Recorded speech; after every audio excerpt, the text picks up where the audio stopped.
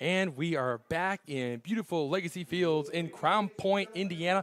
I'm Adrian Maya with Noel Ferry. And Noel, Corndogs played a doubleheader against the Generals on Wednesday, and things went really well for them. Oh, definitely. Apart from one inning where they gave up 6 runs, it was an interesting inning. They really only allowed 2 hits in that inning with a lot of walks. So I think they know what they need to fix for this game in terms of pitching. And other than that, the Corndogs have been looking relatively unstoppable so far. Yeah, you're referring to that 6-run inning from the Generals in that 11-6 victory in Game 2 on Wednesday. But besides that, Game 1 was a brisk played one as Rex Stills carried a complete game shutout, the first in franchise history where he only allowed 2 hits. What was working for T-Rex Stills in that matchup? Well, I went up to him and I asked him, and he said basically everything. He was getting whatever he wanted off of the Generals. He feels very confident, and that was a similarity between a lot of the pitchers I spoke to for the Corndogs. It kind of just seems like everything is working. But, Rexy has a great breaking ball. It's really unclear who the real ace of the team is, but it's looking like Rex has that possibility. Yeah, and one of the possible aces is on the bump tonight. It's Bryce Shum, when his last start went 5 2/3 and still holds on to the franchise record of 9 strikeouts. What are the fans going to see from the right-hander from Munster High School? I mean, they're just going to see a lot of accuracy. He loves to paint the corners. He knows exactly where he's throwing it every time. He's not the type of pitcher where, he's necessarily going for speed. He's going for accuracy. And on the other side for the Joliet Generals, they're going to a left-hander by the name of Jack Bell. He comes from Western Illinois University, where he just set the record for most appearances in the season with 31, and he led the team with the best ERA with a 5.02. And with the way the wind's blowing out today, it might be interesting for the Corndogs against this left-hander. Oh, definitely. I mean, we already saw 2 balls be hit at Lee Fund Stadium that hit the back fence just a few feet off of being the first home run in Corndogs history, so we might see it tonight. Yeah, Gavin Terry drove that ball 330 feet as it hit the fence, and it's 320 here, so it might get cleared by a good 10 to 12 feet because it was a bomb. And we're going through the misprint matchup preview. The Corndogs come in this game 5-1, winning 5 straight games. And for the Joliet Generals, they come in at 3-3, 2 games behind the Corndogs for first place in the Northern League. There's still a lot of baseball to be played, but it's good to be sitting on top of first place, so that's never a bad thing to happen. It's a good problem to have. And for the off-script roaring stat of the game, I'm going to go with the Corndogs have outscored their opponents 39 for 19 in this 5-game winning streak. And on top of that, the ERA for the Corndogs is 1.13 in this 5-game winning streak. So they're pitching well, and they're hitting the ball really well. Oh, definitely. And I would say if there would be any player on the Generals to keep an eye on tonight, it would be Shantae Carraway behind the plate. Yeah. We didn't see much of him from the Generals on these past 2 games. However, what we did see was that he's got a strong arm from behind the plate, and he's got a great pickoff from behind the plate. So, Corndogs are really used to stealing a lot of bases. Gavin Terry's almost a guaranteed second base reach, but they have to be careful because they got picked off a couple times. Well, Gavin Terry was 5-0 for stealing bases until, as you mentioned, Shantae Carraway has that strong arm and threw out Terry. And for our University of Chicago Medicine injury report, we're happy to say that everyone is available and ready to go. Daniel Puplava, actually, he has been added to the injury report. He is going to be out for at least 2 weeks with a UCL sprain. Oh, then that's news to me and news for our fans here listening in. And you can hear Tom Bialik, the PA announcer, announce the starting lineup. So we're going to send it to a break, and they're going to hear the national anthem be played. And when we come back, first pitch in Corndogs baseball, they go for 6 straight today. This was the Corndogs pregame show, and we're ready for some baseball here in Crown Point. Number 7, Cal Curiel. Batting 9th and playing first base, number 38, Donovan Nanfeld. And pitching for the Corndogs tonight, number 5, Bryce Shum.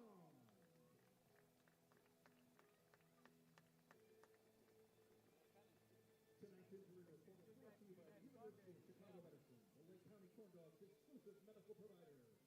After the report, all players are active.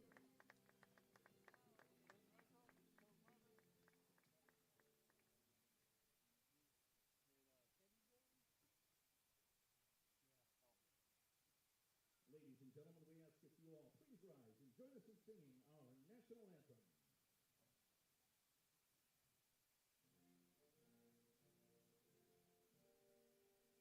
Oh, say can you see by the dawn's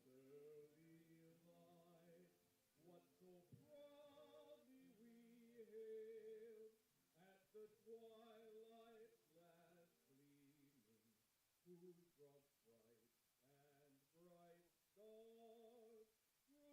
stars through the perilous fight o'er the ramparts we watched were so gallantly streaming, and the rocket's red glare, the bomb bursting in air, gave proof through the night that our flag was still there.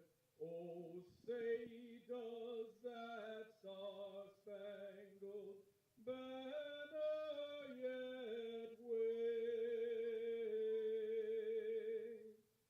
o'er the land of the free and the home of the brave. Tonight's national anthem was sung by Chris Casara. Thank you, Chris. And now, ladies and gentlemen, please direct your attention to tonight's ceremonial first pitch, brought to you by Ironworkers Local 395. Tonight's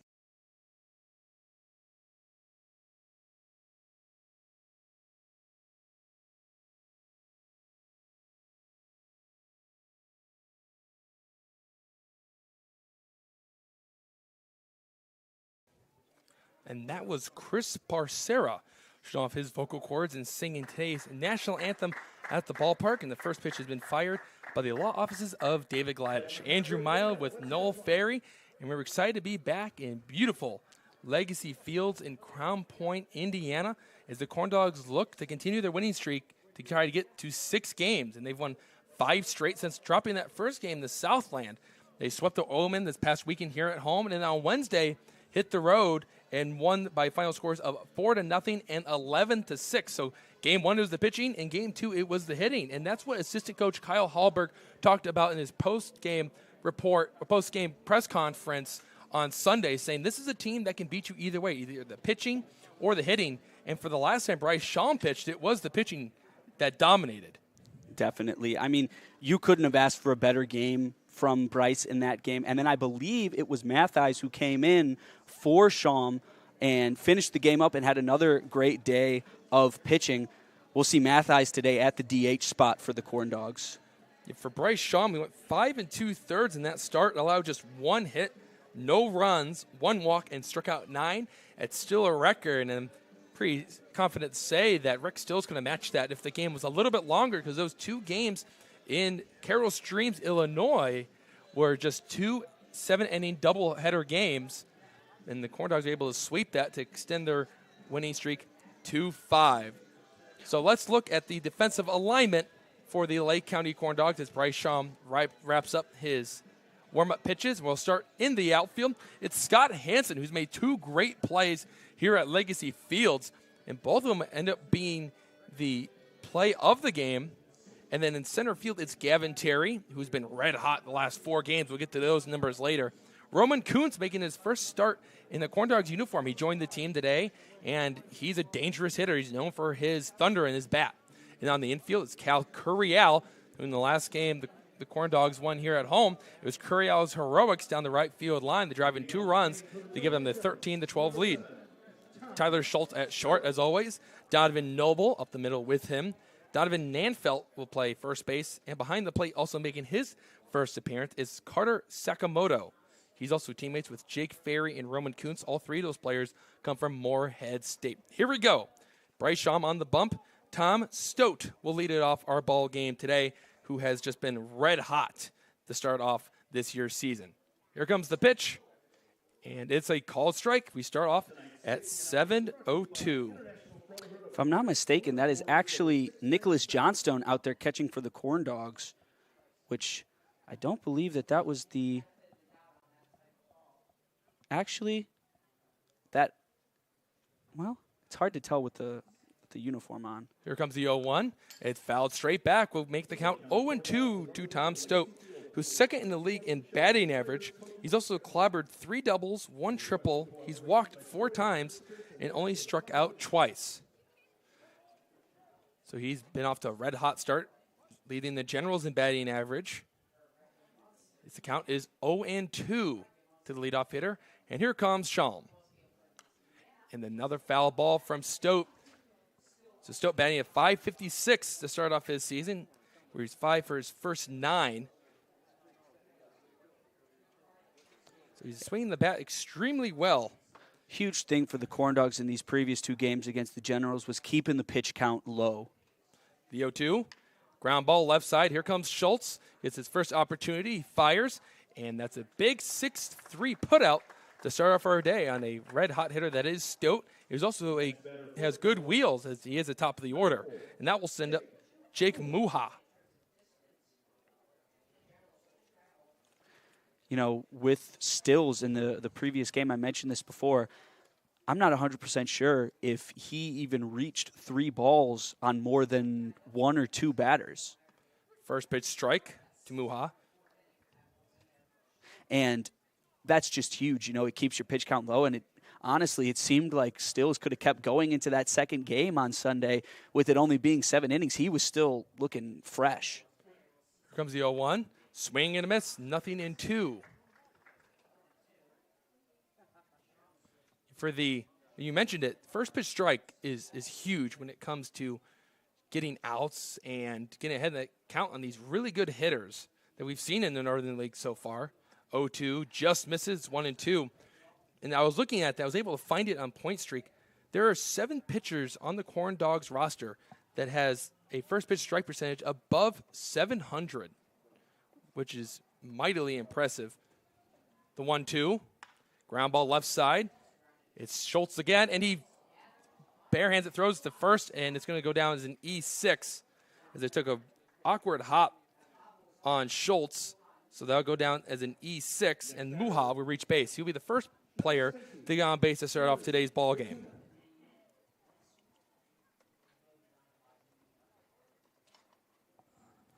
And that will send up Aaron Vertuno to go against Bryce Schultz, who's coming out of the stretch now.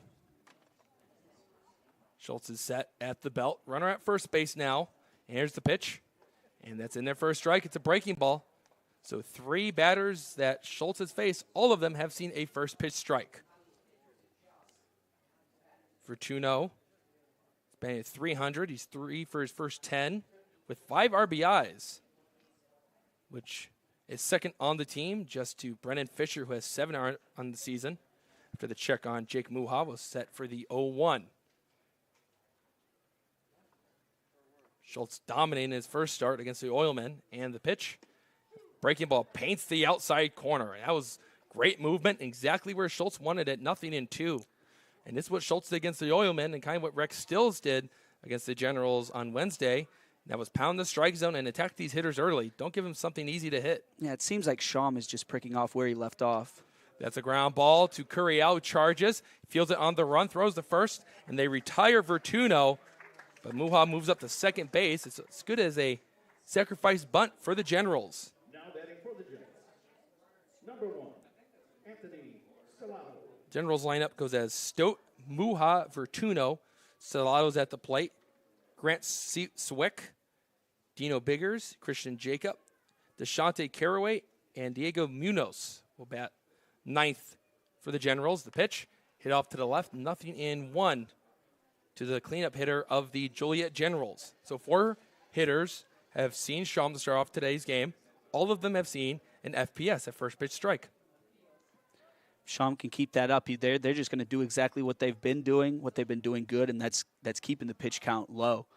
Stellato still looking for his first hit for the Generals. That's down low, ball 1. Stellato has started the year off 0 for 4 with 2 strikeouts. He's only played in 2 games, and that was against the Corndogs on Wednesday. The Generals changed into their green uniforms for this game. They were wearing the yellow ones on Wednesday. It's the 1-1. Here comes Schultz. A swing and a miss. Stellato went for the breaking ball. That's got some good movement. It's loopy like a curveball, but has a tight movement of a slider. So I'm willing to think that that could be a slurve from Bryce Shum. Shum gets his sign from Sakamoto. He pauses. Here we go. The pitch. Swing and a miss. Strike 3. So runner reaches base on an error, but they do not score, and Bryce Shum picks up his 10th strikeout on the season. We go to the bottom of the first with no score. You're listening to the Corndogs on Facebook Live.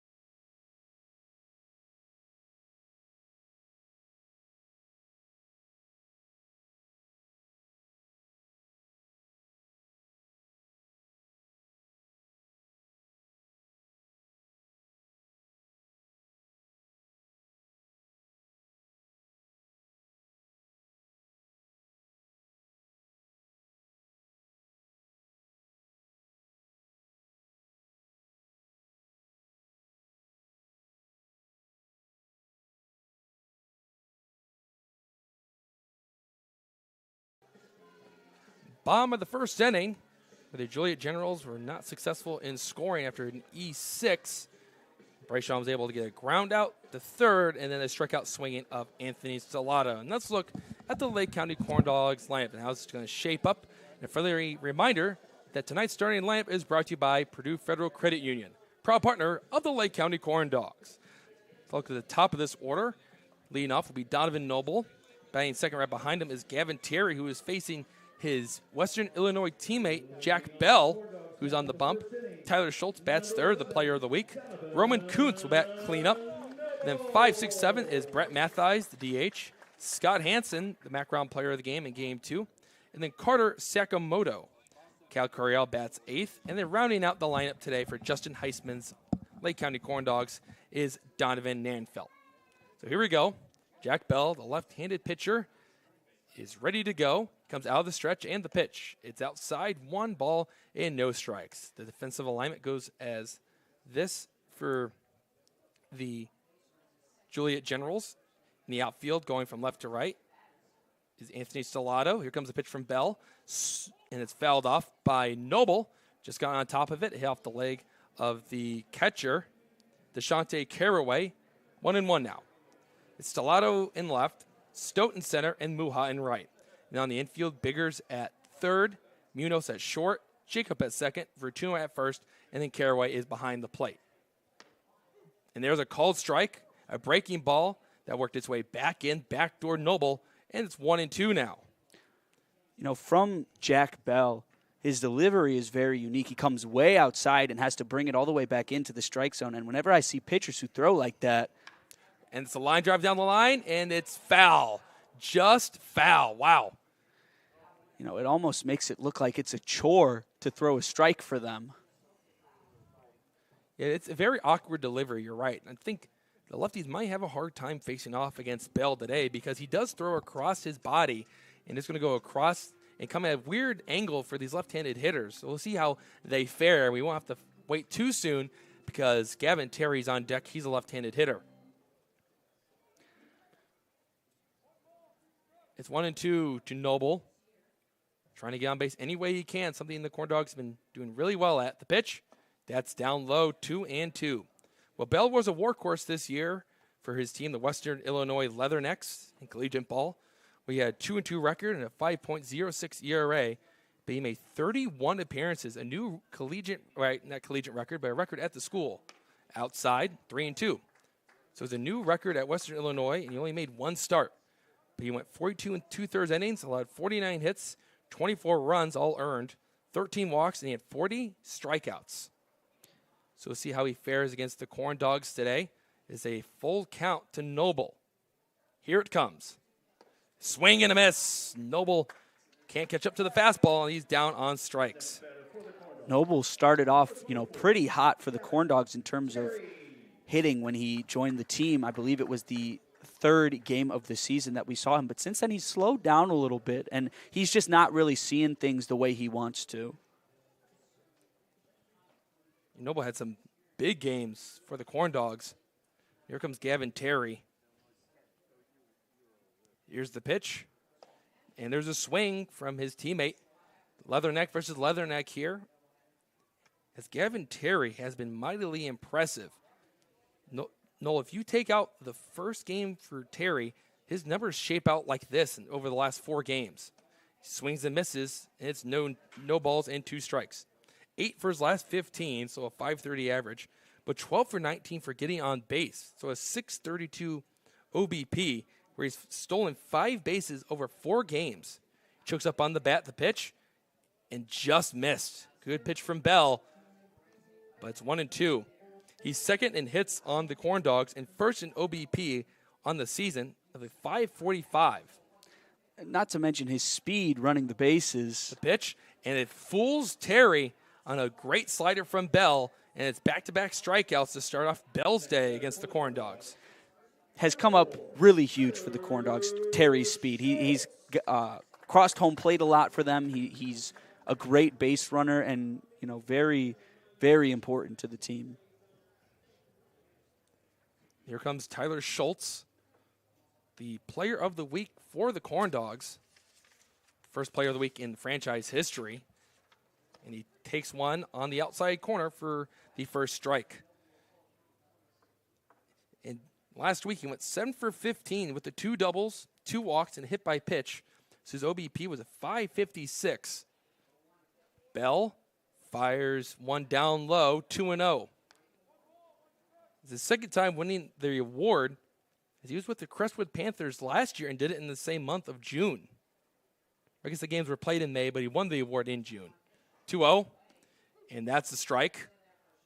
And he likes that slider, and I think that goes really well with his arm angle because he comes from that side, and he gets the late movement. It comes right out of the hand like a fastball, but it dances in on that outside corner to right-handers. And that's a fastball that off the outside corner. 3 balls in, 1 strike. Wind is blowing out today. I mean, it was a little bit gustier, starting to slow down a little bit more, but a good chance that some baseballs may carry today. The 3-1. And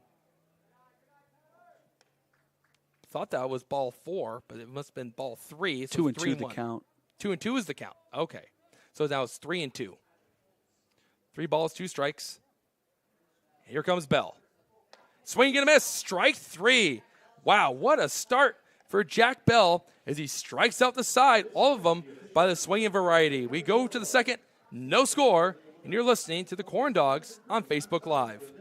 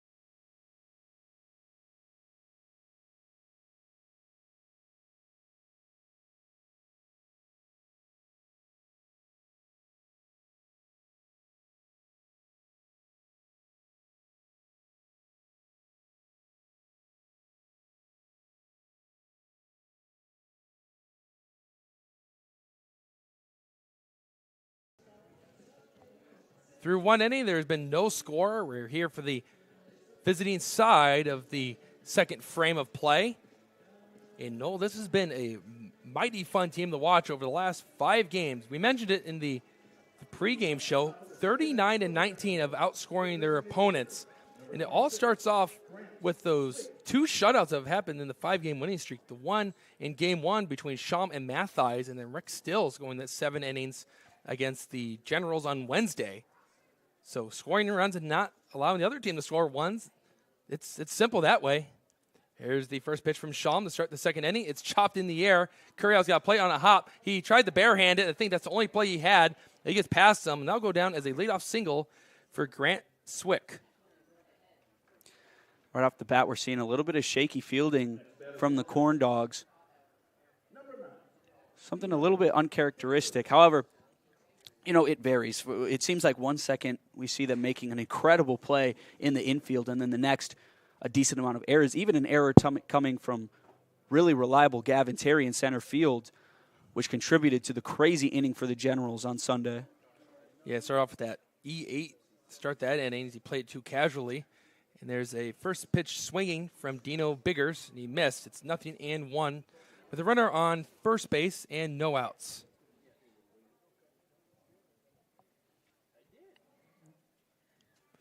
Corndogs and Generals, the 3rd game they've played each other this week. So Corndogs try to win all 3 games, and that one missed down low, 1-1 to Biggers.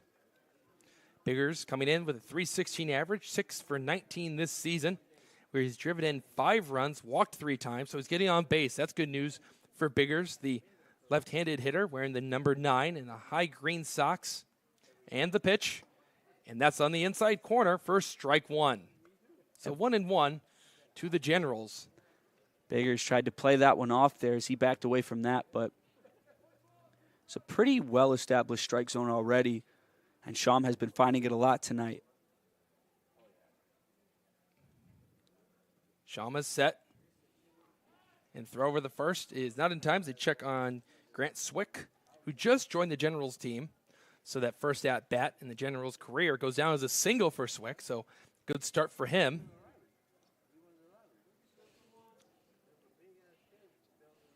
Set is Shum. Here he comes. And it's laced into right center field. Noble giving it a look, but it'll drop down. And stopping that second is Swick. And the Generals with that hit, it's back-to-back now. They are in business against Shum. And with those 2 hits from the Generals, they've already surpassed the Oilmen, what they were able to do in 5 2/3 innings.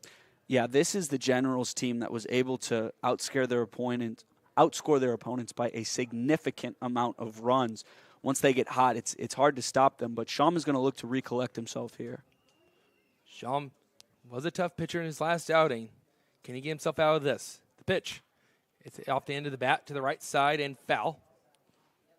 As this is a Joliet Generals squad that leads in a lot of categories in this league. That includes doubles, RBIs, slugging percentage, batting average, and OPS. They have a .346 average as a team. And they're second in OBP, though, just behind the Crestwood Panthers. Here comes Shum. He throws it low, 1-1. Good take there from Christian Jacob. Spit on that breaking ball in the dirt. It's 1-1. Corndogs and Generals. There's only one more game today in the Northern League. It's the American Giants and the Panthers. Runners on first and second. Shum fires one outside. 2 balls and 1 strikes now.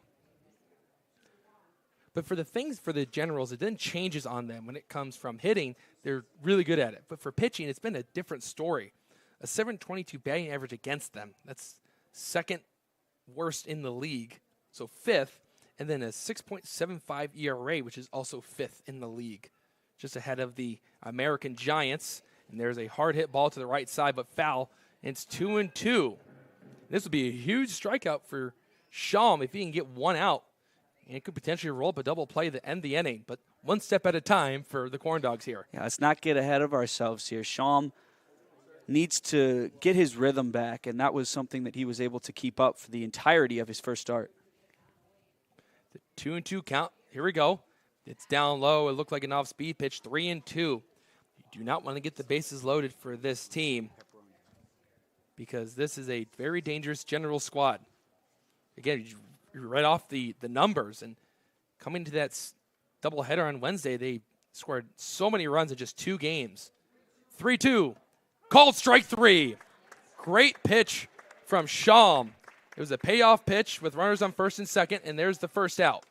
And that's very key for those pitches to go the Corndogs' way. Something that the Generals were able to do very well against the Corndogs batters this past Sunday was put those strikes in places where the Corndogs did not want to hit them. You didn't see too many strikeouts swinging for the Corndogs on Sunday. A lot of them, they left them looking, and that's exactly the type of pitch that Bryce Shum just threw there. They like to work the corners, the Corndogs do, make it unpredictable. Long pause, the pitch, and there's a strike. Breaking ball at the knees of the Shantae Carraway. No balls, 1 strike, 1 out. Still runners on first and second. Corndogs would love to see a ball put in play here and possibly roll up the double play. Here comes Shum. He's in the air, right side. Koontz going back. He's going towards the track. The wind looked like it's carrying it out there, and he dropped the ball. Koontz took his eye off the ball. He throws it in. They're going to send the runner home. Schultz's throw is past Sakamoto, and then everyone's going to move up 1 more base. Just looked like Koontz had a great beat on the ball, but just took his eye off of it enough to drop it. And it's going to be 1-0 in favor of the Generals.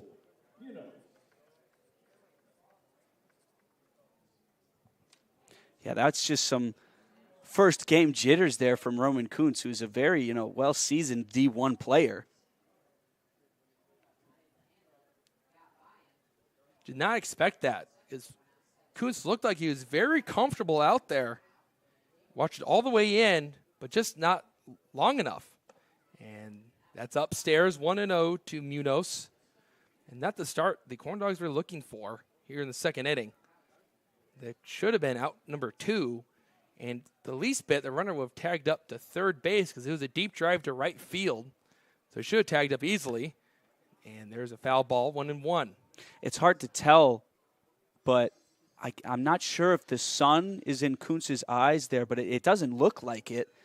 That was just one of those moments where you lose the ball in the sky. We mentioned it. It was that E8 in Game 2 that started the scoring for the Generals.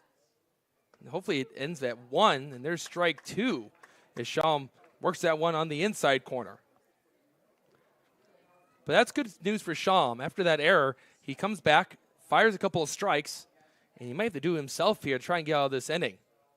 He started at 17 pitches. He's up to 31, getting really close to matching that first frame. The windup, the pitch. And it's dropped by Sakamoto. He tried to frame it. It popped right out, 2-2. And you see it right there. Even Shum have a hard time seeing that ball come to him because the sun is setting by the west field, which is to our right. So it's right in the eyes of the left fielder and anyone on that left side of the infield. You even saw Cal Curiel blocking. And look in left field, Scott Hansen is blocking his eyes with his hand. 2-2. Foul ball. Munoz stays alive to see another one from Shum. As home plate umpire Andrew Lowy will have to go find some more baseballs in the shooter right behind him. This is, obviously game 1 for Carter Sakamoto and Roman Koontz. And so far what we've seen from Sakamoto is a couple drop pitches from Shum, and then that, that ball from, I believe that was thrown by either Tyler Schultz or Donovan Noble to try to get the runner out at home. That one went straight past him as well, right off his glove. Break-even pitch, up the middle. Schultz was able to tackle it, keep it on the infield, but a run will score, and that'll go down as a single for the Generals, and it's 2-0 in favor of the away team. A good hustle there from Tyler Schultz over at shortstop to go to his left, tackle the baseball, and keep on the infield to prevent Shantae Carraway from scoring. Biggers does cross the plate, though, and Munoz picks up the RBI and the hit. And for Munoz, that's going to be his 4th RBI on the year. Back to the top of the order for the Joliet Generals with Tom Stote. The Generals have looked a lot more comfortable to start off this game than they did in Game 1 against Rex Stills, and even for most of Game 2, besides that one inning where they exploded. Because up to that point, they'd been shut out for 10 innings, and it took the bottom of the 4th inning for them to score those 6 runs. Some of them went as unearned from the error. It still was an error in the outfield that started this rally for Joliet. There's the pause, and they're going to look over at first base again to see if they can get Diego Munoz. Munoz has 1 stolen base on the year. It has not been caught stealing, so just the 1 attempt, so he's 1 for 1 for an easy 1,000%. Don't need a calculator for that one. The pitch is outside, just missed the mark, and it's 2-0 to Stote. One thing I'd be careful about if I was Shum, you know, he's a crafty pitcher there on the mound, and his pickoff throw. Pitch, hit off the end of the bat, straight back. And there's no play for Sakamoto there as he watches it go out of play. His pickoff throw is so quick and unexpected. He turns and throws, you know, within a second that I'd be careful as I was him because Donovan Nanfeld hasn't played too many games with him. You know, maybe you're not used to that right there, and we could maybe see another ball get past Nanfeld there. That would not be good news for the Corndogs. 2-1, and that one misses the top of the zone for a 3-1 count. So 1 ball away from Stote moving over the first and loading up the bases for the Generals. Shum just wants to get out of this inning. He's throwing a lot of pitches here. He's passing 21. The pitch and ball 4 to Tom Stote, and the bases will be loaded for the Generals. Now they'll bring up Jake Muha. And here comes the assistant coach, Kyle Hallberg, to talk to his right-handed pitcher. And this is uncommon for the Corndog starters as they have been electric to start off this year. Going through some of the numbers, in this 5-game winning streak, the starters have went 27 2/3 innings. We have an ERA of 1.32, allowing just 4 runs to cross. They've also struck out 29 hitters and have not walked too many. It's the opposing hitters only batted .218 against them. That's even including the first game against the Vikings, as there wasn't too many hits there either, except after the first 2 innings from the Vikings where they scored those 3 runs. It's safe to say also the starting pitchers for the Corndogs in this 5-game win streak haven't had to deal with, you know, already we've seen 2 errors in this inning from the Corndogs defense, and this is a defense that, you know, doesn't make too many errors, definitely not 2 in the same inning here for Bryce, and the pitchers have been able to remain relatively comfortable knowing that they have a very reliable defense behind them, but that has not been the case today. They're going to the adjustment 2 from turf to real grass. Here comes the pitch to Muha. It's hit off to the left side and foul, as Muha was late on the fastball. But at the turf, it usually takes more true hops. You don't have to worry about a rock being on that infield and going a different direction immediately. But here, it's a little bit different, and we have to see them play on some weird hops so far. 0-1, it's down low just below the knees, 1-1 to Muha, who reached on an error from Schultz. And you've seen Curriell and Schultz have to play some of these ground balls on their heels, waiting to see what kind of hops it's going to take. 1-1. That's inside, and it almost got Muha, who's able to get out of the way to make it 2-1. But Curriell, was a high chopper to him to start the inning, and went down as a single for Swick. He had to barehand it to try and make the play. And then Schultz played back on the ball, and it hit that lip, and he popped out of his glove, and he tried to barehand it. Pitch, and that's down low again. Sakamoto drops down, blocks it, keeps it in front of him. 3 balls and 1 strike. This is a Corndogs pitching staff that has been dominant. They lead in a lot of categories themselves, including opposing batting average. We talked about it, 218. Only 20 earned runs. That's first. Second place was 33 by Joliet. Pitch, Swing and a miss.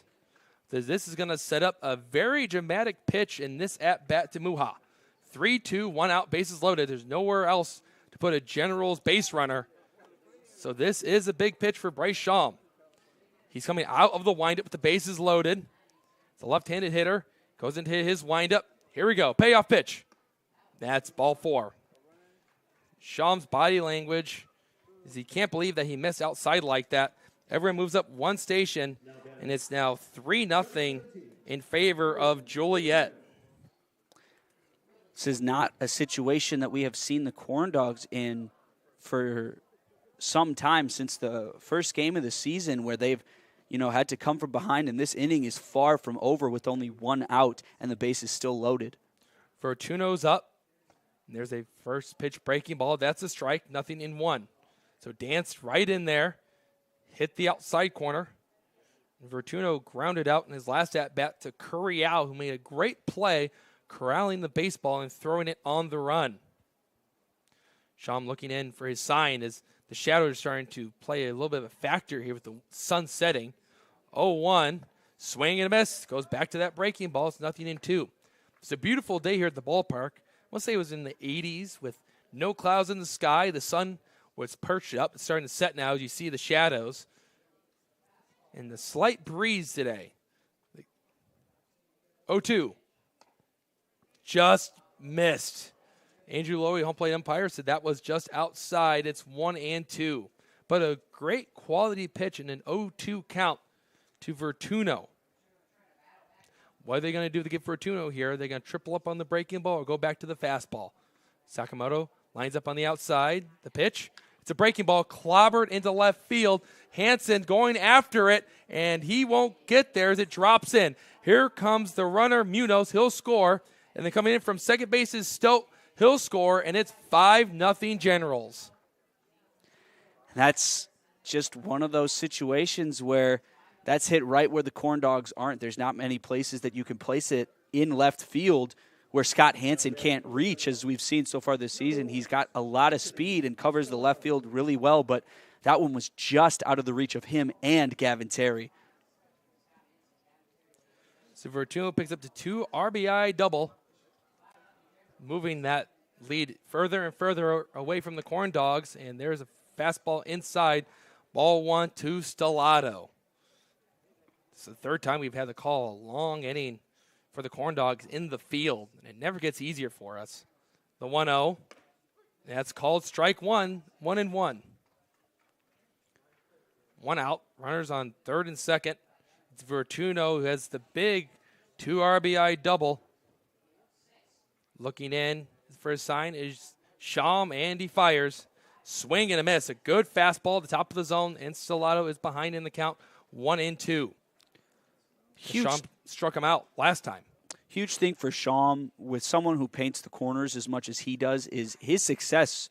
And it's down the line and foul.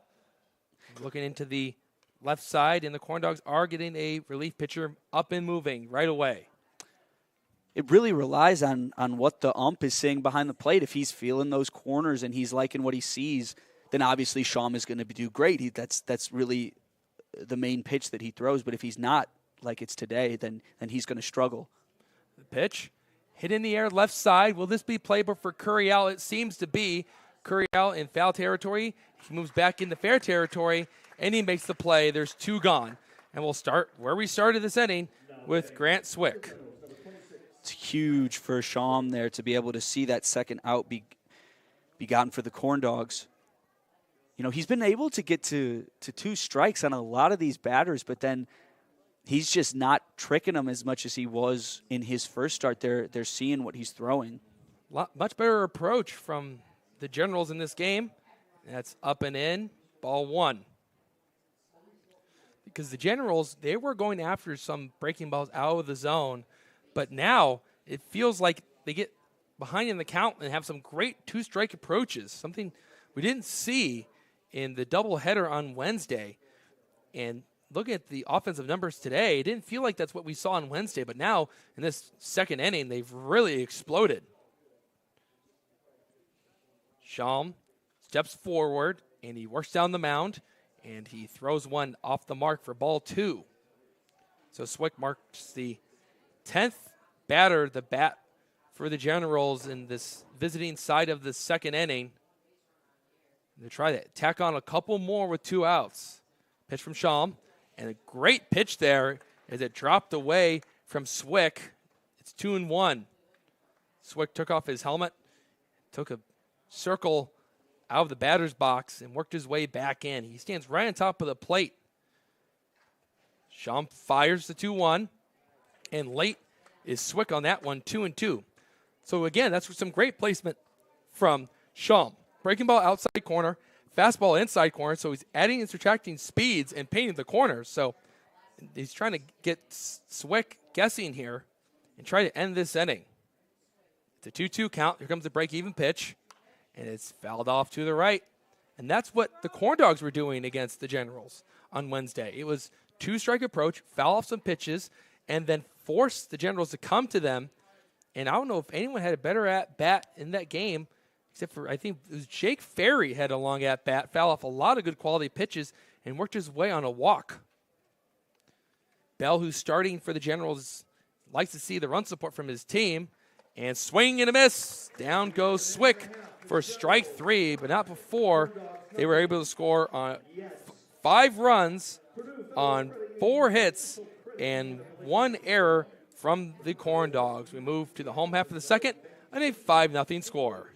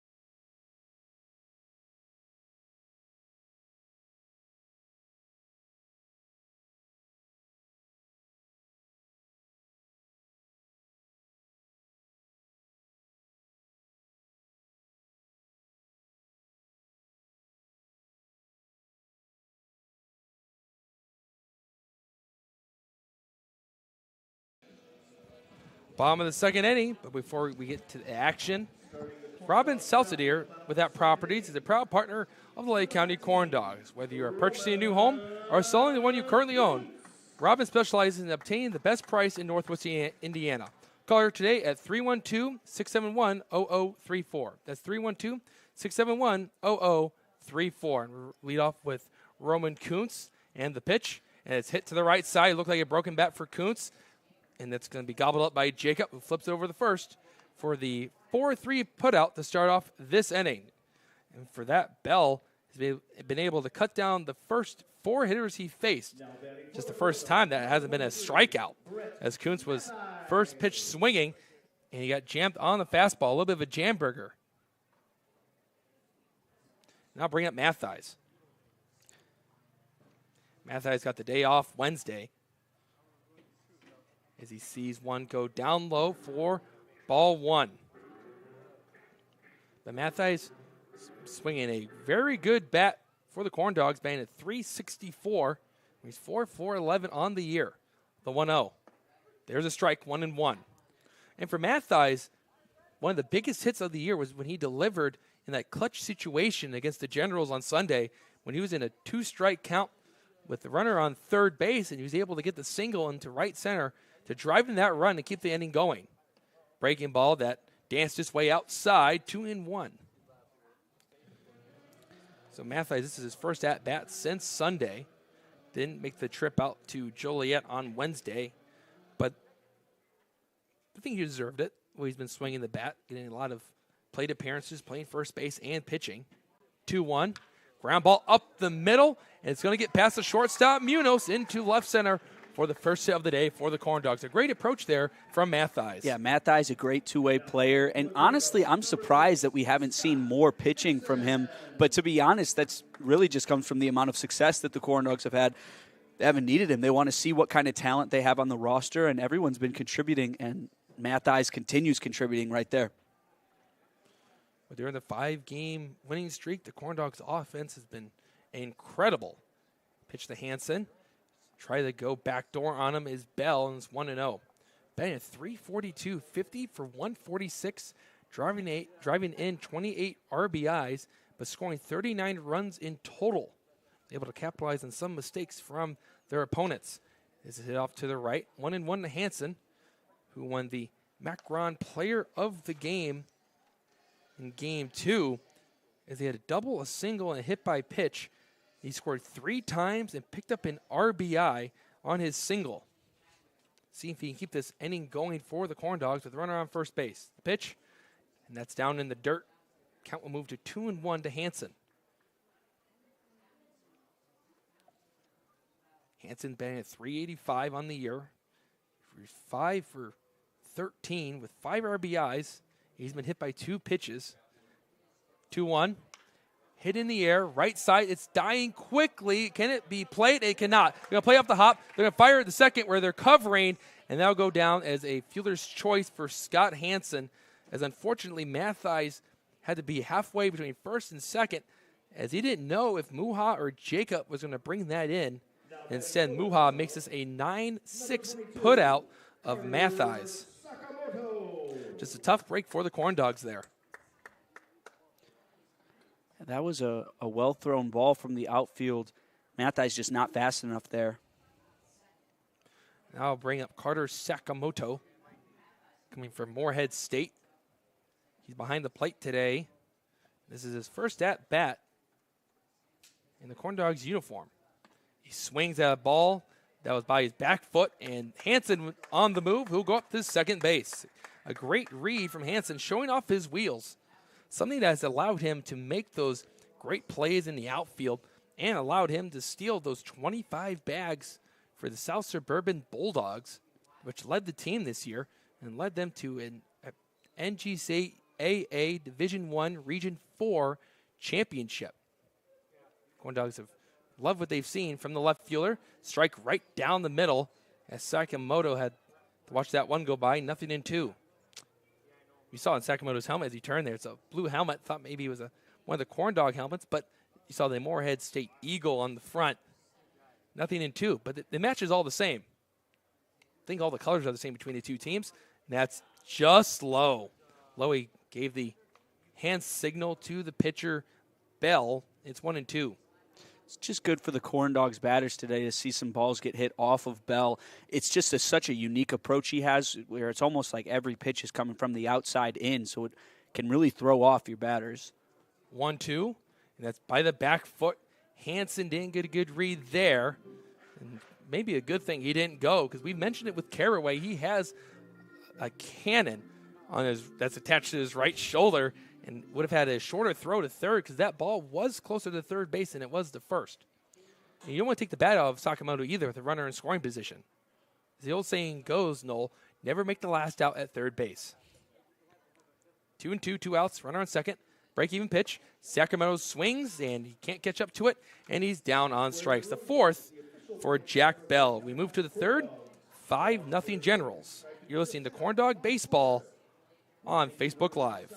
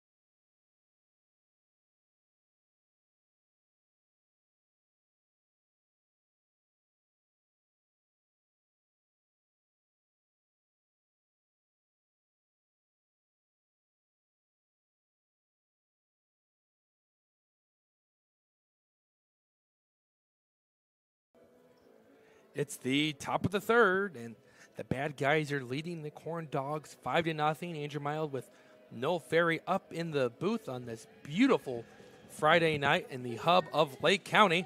And as Sakamoto throws down, Athletico Physical Therapy is a proud partner of the Lake County Corndogs. We treat you, not just your injury. Visit athletico.com to book your appointment today. And with that, let's hand it off to Noel Ferry, who will be your play-by-play broadcaster for the third and fourth inning. Yeah, we saw Jaden Deal coming out, taking some pitches from Bryce Shum, and Deal was the catcher who caught for most of the Corndogs starting pitchers before we got some reinforcements from D1 schools. Shum delivers his first. That one's off the bat of Dino Biggers for strike one. I don't think you need a body language expert to know that Biggers was not impressed with that foul ball there. Oh, definitely not. We saw one of those on Wednesday where it traveled around, I believe it was Scott Hansen, and hit his bat from the back. I've never seen anything like that. The 0-1, that's strike two called. That one caught bottom right corner. You know, if Shum can find his rhythm quickly here in this inning, I believe that, you know, he'll be able to keep it going in this game. He's the type of pitcher where, you know, he can shake things off and keep it going. The 0-2. That one's hit deep into right field. Terry's taking off. He's got speed. He's calling off Koontz, and he makes the grab. Terry traveled a huge distance there to catch that one, and Koontz wasn't really sure if he could make it there in time. Terry had to call him off, but that was a great play by Terry. A well-hit ball by Biggers, though. Yeah, on a 1-2 count, you don't want to throw one in that particular area. It was up and in, and it was a great swing by Biggers, just hit to the deepest part of the yard, and luckily the Corndogs have some speed in the outfield. First pitch to Jacob. Huge swing and a miss there. Shum, a very deceptive pitcher. You see a lot of guys absolutely heaving towards a lot of his throws. The 0-1. That one's hit once again into right field. This time, Terry's not going to be able to reach it. That one falls between Koontz and Terry as Jacob is speedy, makes his way. He's going to third. The throw by Noble to Curiel, and he is safe at third. Curiel brought his glove around just at the last second as Jacob touched third. And that was a great throw by Noble there. I mean, it couldn't have been any closer than that from Curiel. Yeah, it was a great relay from the Corndogs there. Good throw from Terry to get it in, and then Noble turned around, opened the hips, and fired a bullet. If it was, if only he slid into a soft spot like Schultz did in the last homestand, they would be able to get Jacob at third. Here's the Shantae Carraway as his first goes up too high for ball one. And yeah, I mean, that one landed in the far field. He was able to get a triple off that. That's outside for ball two. But just barely. I mean, not too many guys are going to be able to make that into a triple. Christian Jacob making his first start for the Generals and already showing off his speed. Here comes the 1-0. Big swing and a miss from Carraway. That one turned him all the way around. Yeah, I don't think it was any secret on what Carraway was trying to do in that swing. He saw a fastball inside. He tried to put that 350 over the left field wall, trying to hit that wall just beyond. Here comes the 1-1. Another big swing and a miss from Carraway. That was the exact same throw. Well, that's a great pitch right there because it was fastball inside. He sells out for it, so then you slow him down and go to the breaking ball. And once again, Carraway sells out on it, and he can't hit it because it was a change of lanes and a change of speed. You can see Carraway kind of kicking himself out there as Shum has successfully made his way into Carraway's head at this at-bat. So far, at least. Here's the 1-2. That one's fouled straight back. And this is when you want to go back to that fastball. You've doubled up on the breaking ball, both on the outside corner. I'd go with a fastball up and in and see if you can get Carraway swinging at it because he had a huge cut in his swing, an uppercut. So if it's up and in, he's going to have a hard time making contact with it. 1-2, here it comes. And that just misses the left corner for ball two. One away here, the top of the third. Generals on top 5-0. Corndogs have a big hole to dig themselves out of. Here comes the 2-2. That is up too high. And that was, I guess, ball 4 called.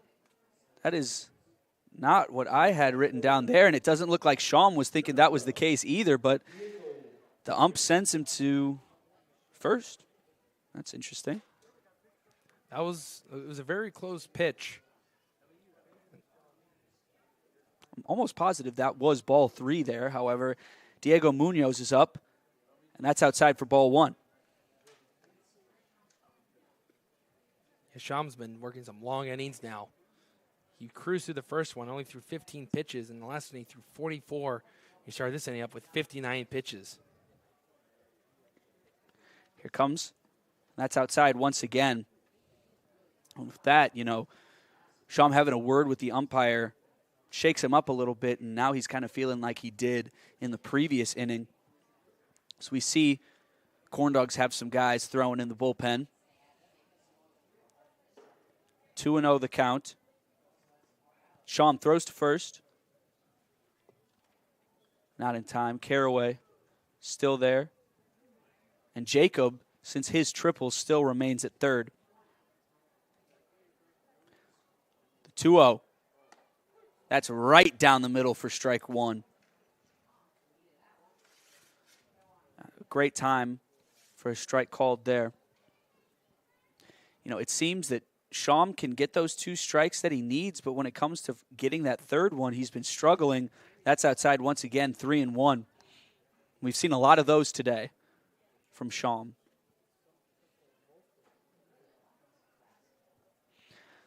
That puts yourself into situations with the friendly hitter count. Hitter-friendly count, that is. 3-1, that's outside for ball 4, bases loaded.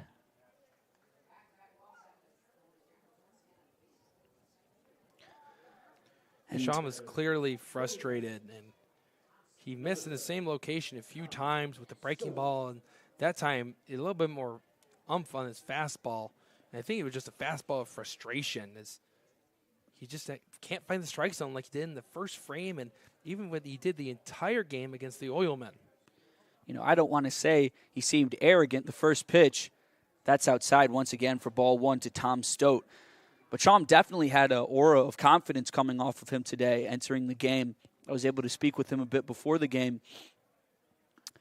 But that's not the case with him on the mound right now. Here comes the 1-0.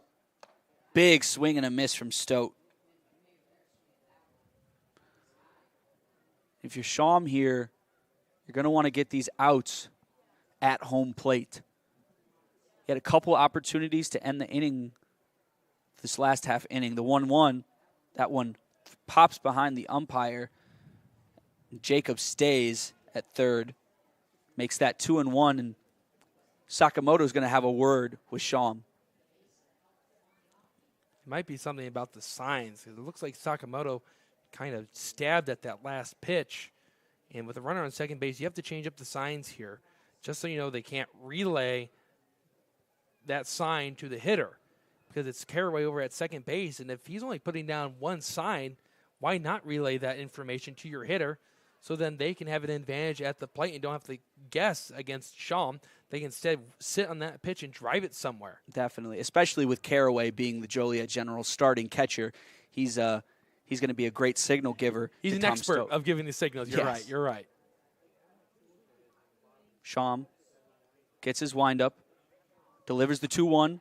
That's inside for ball 3. That's strike 2 called. He catches the inside.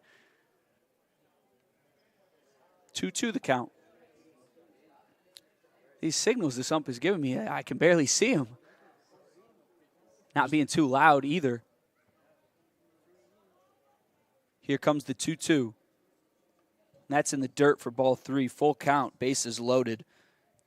And this is a huge pitch. With some umpires, they like to do the little pistol. They pull the gun out of the holster and point it to the right side for a strike, and usually say it with confidence. Lowy's got he comes out and he's a little bit more quiet, and it's not as confident of a strike call, but you have to watch that right hand. Definitely. Full count. Here comes the pitch. Big swing and a miss from Shum, and that was huge for the Corndogs there. Yeah, you can't emphasize how big of a strikeout that was for Bryce Shum, and looks like it's going to be the day for him. And that looks like it's Ryan Droxel coming out of the dugout to come in for Shum. At least he ends on a good note, and hopefully Droxel can end this inning. Every pitching change is brought to you by IBEW. And we will be right back after this pitching change.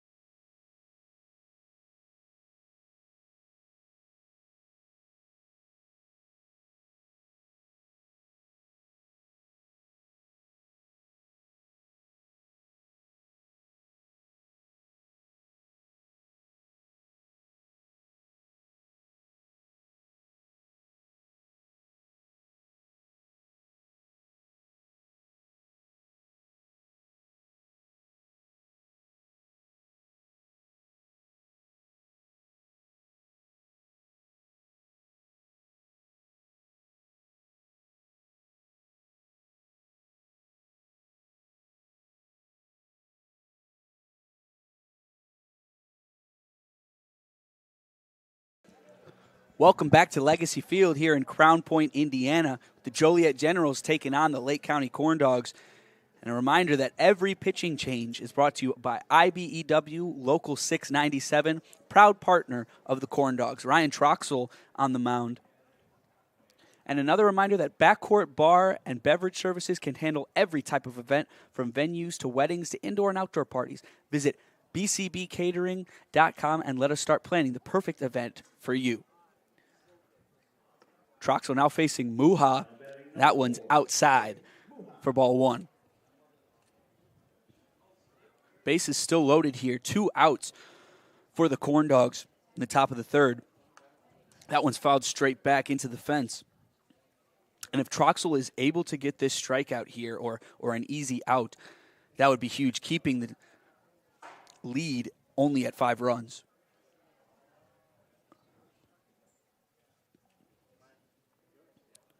Here comes the 1-1. That one's fouled straight back in the same spot, 1-2.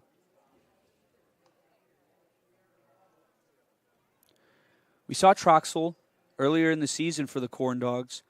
Believe that was in a game against the Northwest Indiana Oilmen where the Dogs had a big comeback, and that one's popped up straight back. Cal Curiel calls off everyone else, and he grabs out number 3 for the Corndogs. Huge, with the Joliet Generals leaving 3 men stranded on base, and we will be right back for the bottom of the third inning. This is Lake County Corndogs baseball on Facebook Live.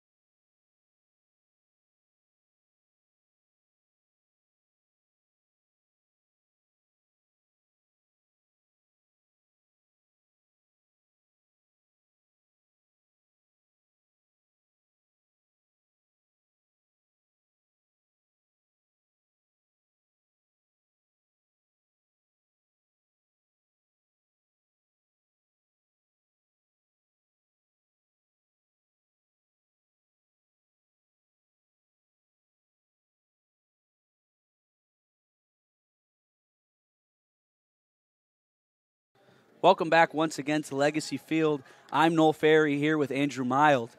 And then friendly reminder that Colonial Life, proud partner of the Lake County Corndogs, keep unexpecting. Life is anything but expected, including our approach to employee benefits.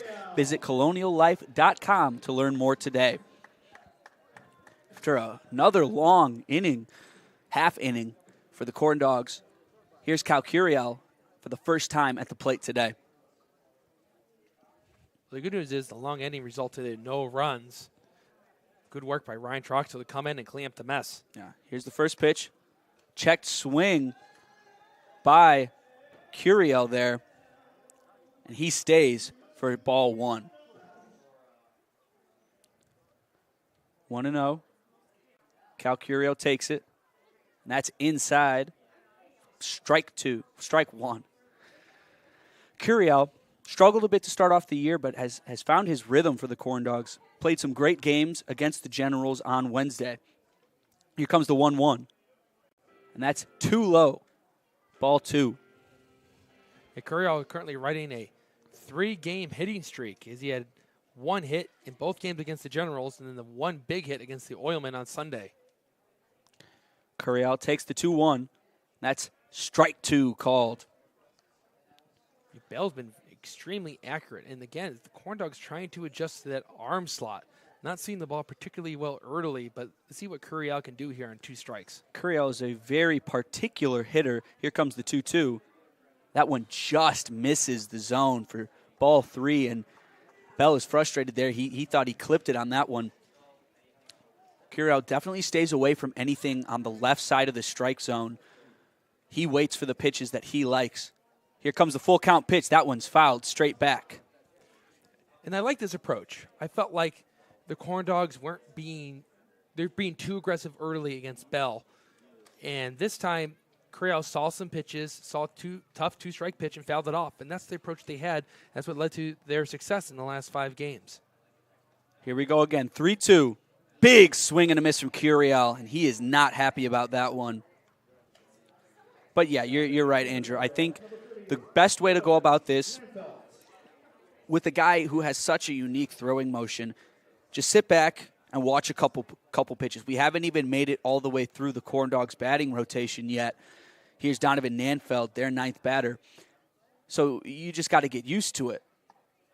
And that's strike 1 called, and that's right down the middle. Bell's been keeping him guessing. 0-1, here it comes. That's strike 2 called. That one catches the left corner of the strike zone. And Bell's smiling about that one. He thinks that some of his pitches and Curiel were against that same spot. That was dropped in the dirt by Carraway for ball 1. Looking at the game log of Bell, I think it was just a few rough appearances by him that hurt his ERA. And with him being a relief pitcher, it can be a hard time bouncing back and getting that ERA low. That's strike 3 called on Donovan Nanfeld. That one catches the bottom of the strike zone. And Bell is currently getting whatever he wants against the Corndogs. But we're back up to the top of the rotation. Donovan Noble up to bat.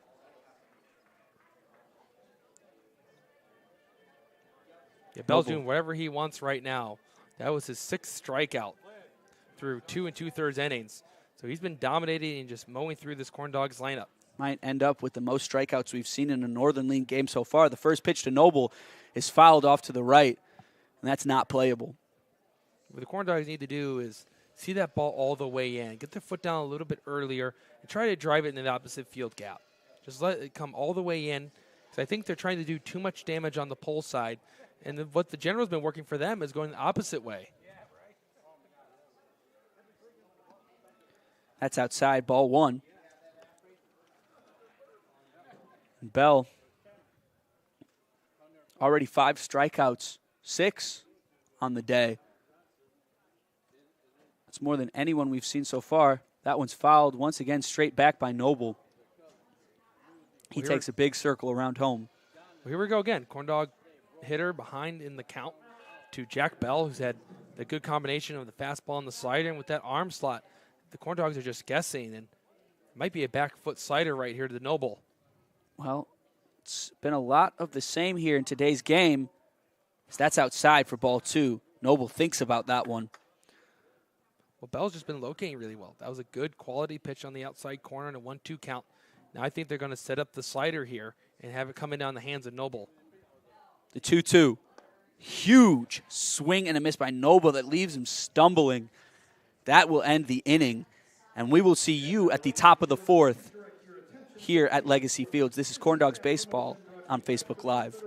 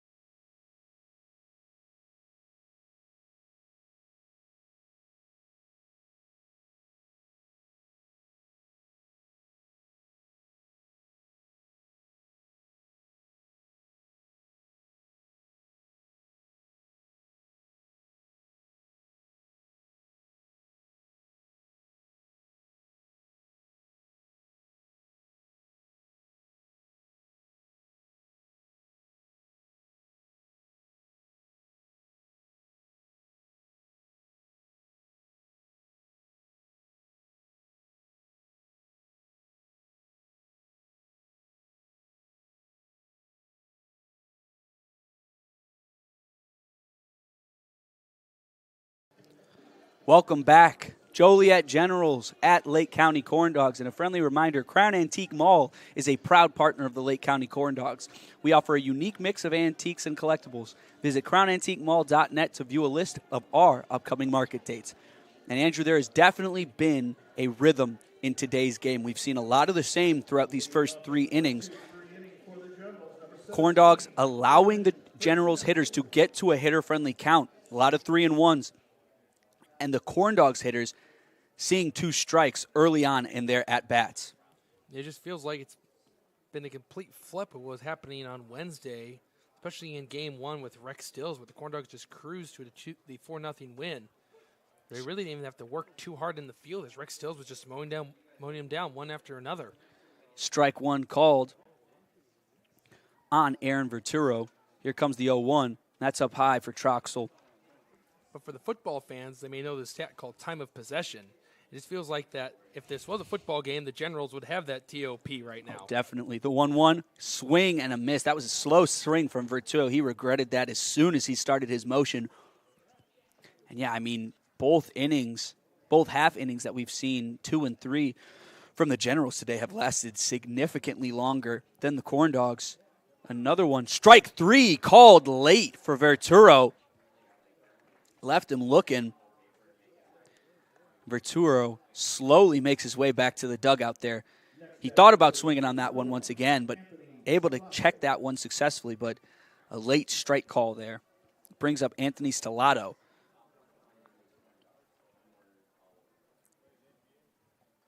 Here comes the first pitch. That one's fouled straight back, straight towards my car. Hopefully no damage done. 0-1. Here comes the pitch. That one's up way high. Troxel. You know what I'm thinking about it? No, I'm surprised that the Corndogs aren't sponsored by a windshield company, like a repair company. I'm surprised all baseball teams aren't sponsored by that. And that one hit into left field. Maybe playable for Hansen, but that just is outside the field of play.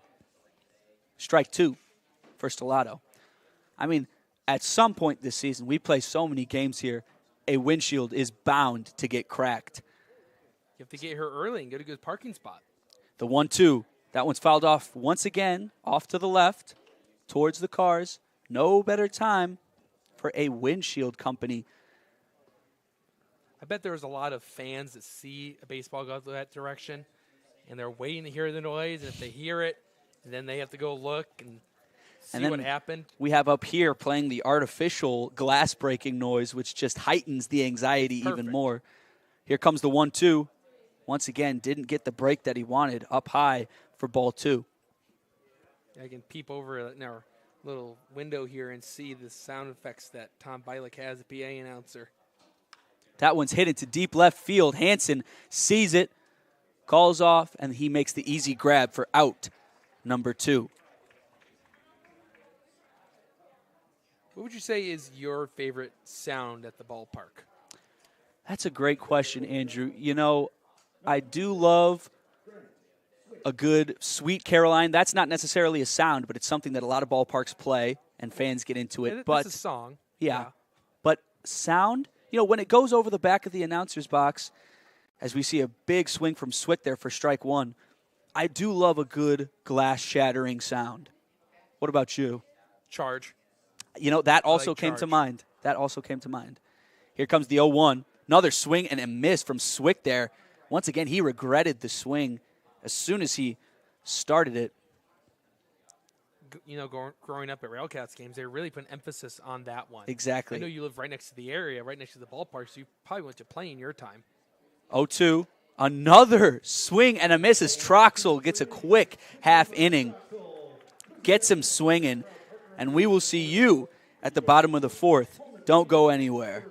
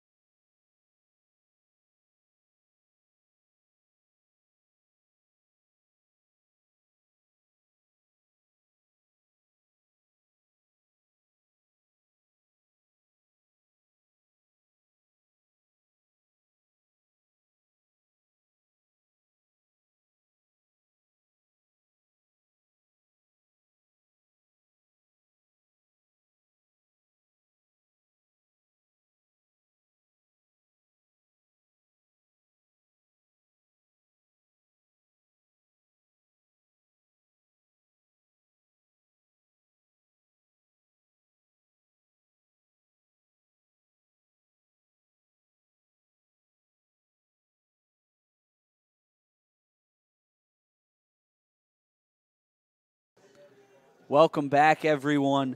As we head to the bottom of the 4th, Corndogs back up to bat. A reminder that Dining Solutions at Wicker Park is the answer to your catering needs. Whether you have 50 or 400 guests, we can accommodate any type of occasion. Call us today at 219-923-3830 and let us help customize your next special event. And you know, Andrew, Bell's got a special event going on right here with 6 strikeouts so far today and holding the Corndogs scoreless through 3 innings. Yeah, Bell has 7 strikeouts, and twice where he struck out the side. So he's just been flat out dominant thus far. Gavin Terry up to bat for the Corndogs. Bell delivers the first. That's way outside for ball 1. But this is the part of the order that really started that rally. They were the spark of the lineup on Sunday, and we would love to see Terry start something here. Terry and Schultz as consistent of at-bats that you can get. Here comes the 1-0. That one's fouled off to the left. Terry really good at just making contact with the ball at all costs. You almost never see him strike out swinging, which we did in his first at-bat today. Yeah, well, with Bell, he works on the first base side and, again, throws across his body, so it can be tough on a left-handed hitter. The 1-1, that one's down in the dirt for ball 2. You see right there is because of that arm slot, that slider starts actually behind Gavin Terry and worked its way in. So if he really wants to catch it and drive it, he really has to be early on it. 2-1, here it comes. That one's hit and easily corralled by Dino Biggers as Terry hit that one a little too low, and that one just gracefully glided through the air for the easy out. Here comes Schultz. Well, that's what Bell's been doing to left-handed hitters. He goes to the inside with the fastball, so they have little time to recalibrate and try to catch you out in front. But then with the slider, they go on the outside corner and look for a rollover or swing and a miss trying to chase it. Biggers had to backtrack for that one. The first throw to Pitt Schultz is a big strike one. Huge swing there from Schultz, who we saw definitely has some power to his swing as he was able to hit the back wall at Lee Fund Stadium on Wednesday. Here comes the 0-1. Schultz thought about it, but that one's down in the dirt for ball one. Give credit to Shantae Carraway for behind the plate, really calling a good game back there and keeping these Corndogs hitters guessing. Big mental game. Here's the 1-1, and that just catches the left side of the strike zone for strike two. Bell's still really getting whatever he wants against the Corndogs here, and Schultz is visibly frustrated. 1-2, here it comes. Up high, ball two. Schultz is going to have to work his way out of another hole with the pitcher-friendly count. A lot of foul balls from both teams today, which has not benefited the Corndogs. Here comes the 2-2. That one almost hits Schultz. Inside, way inside for ball three, full count.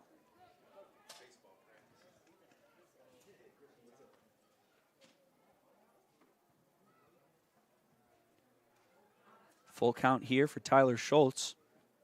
A big pitch. Here it comes. And that catches inside for strike three. Schultz tried to fool him on that one, backing up, but to no avail. Roman Koontz up to bat. With Schultz, charging up the plate as much as he does, crowding it, that still was able to be a strike. Here comes Bell's first to Koontz. And that's up too high for ball one. Koontz is a power bat. One thing that really excited about was him joining the team as he was with Northwoods Leagues last year and hit 6 home runs in a very competitive league.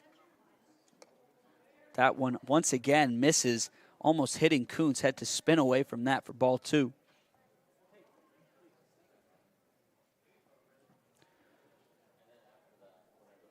It's been a interesting strike zone out there tonight. Sometimes the corners are a little bit further out than other times, but Bell has definitely been taking advantage of that.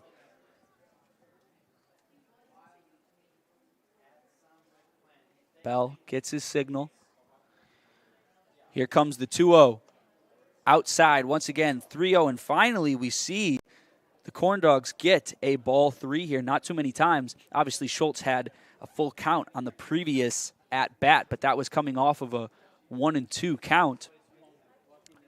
Hitter-friendly count here for Roman Koontz. 3-0. Outside once again, ball four. And a very late call once again. Not a walk. That is strike one. This is not the best signaling for us broadcasters up here, as that was about as late of a call as you'll see. The 3-1 is hit off to the right, and that one goes right past Aaron Verturo off of his glove, and Koontz advances to first. They give Mother Nature the hit there because it took an awkward hop on Vertuno going down the right field line. There's nothing you can do there when it takes a hop like that. When it hits that lip, all you have to do is watch your lips, because now the Corndogs have a runner on first base for Matthijs, who only had the first hit until Roman Koontz right there. Comes at an unfortunate time with 2 outs already on this half inning, but if there's been any team that's been good at tacking on runs with 2 outs, it's been the Corndogs. Maybe Matthijs can get something going here. Here comes the first pitch, and that one's outside once again, ball one.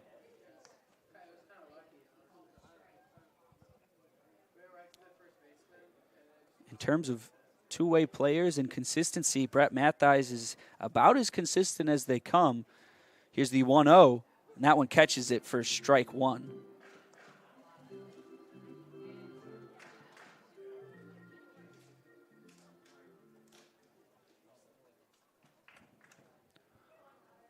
One and one for Matthijs.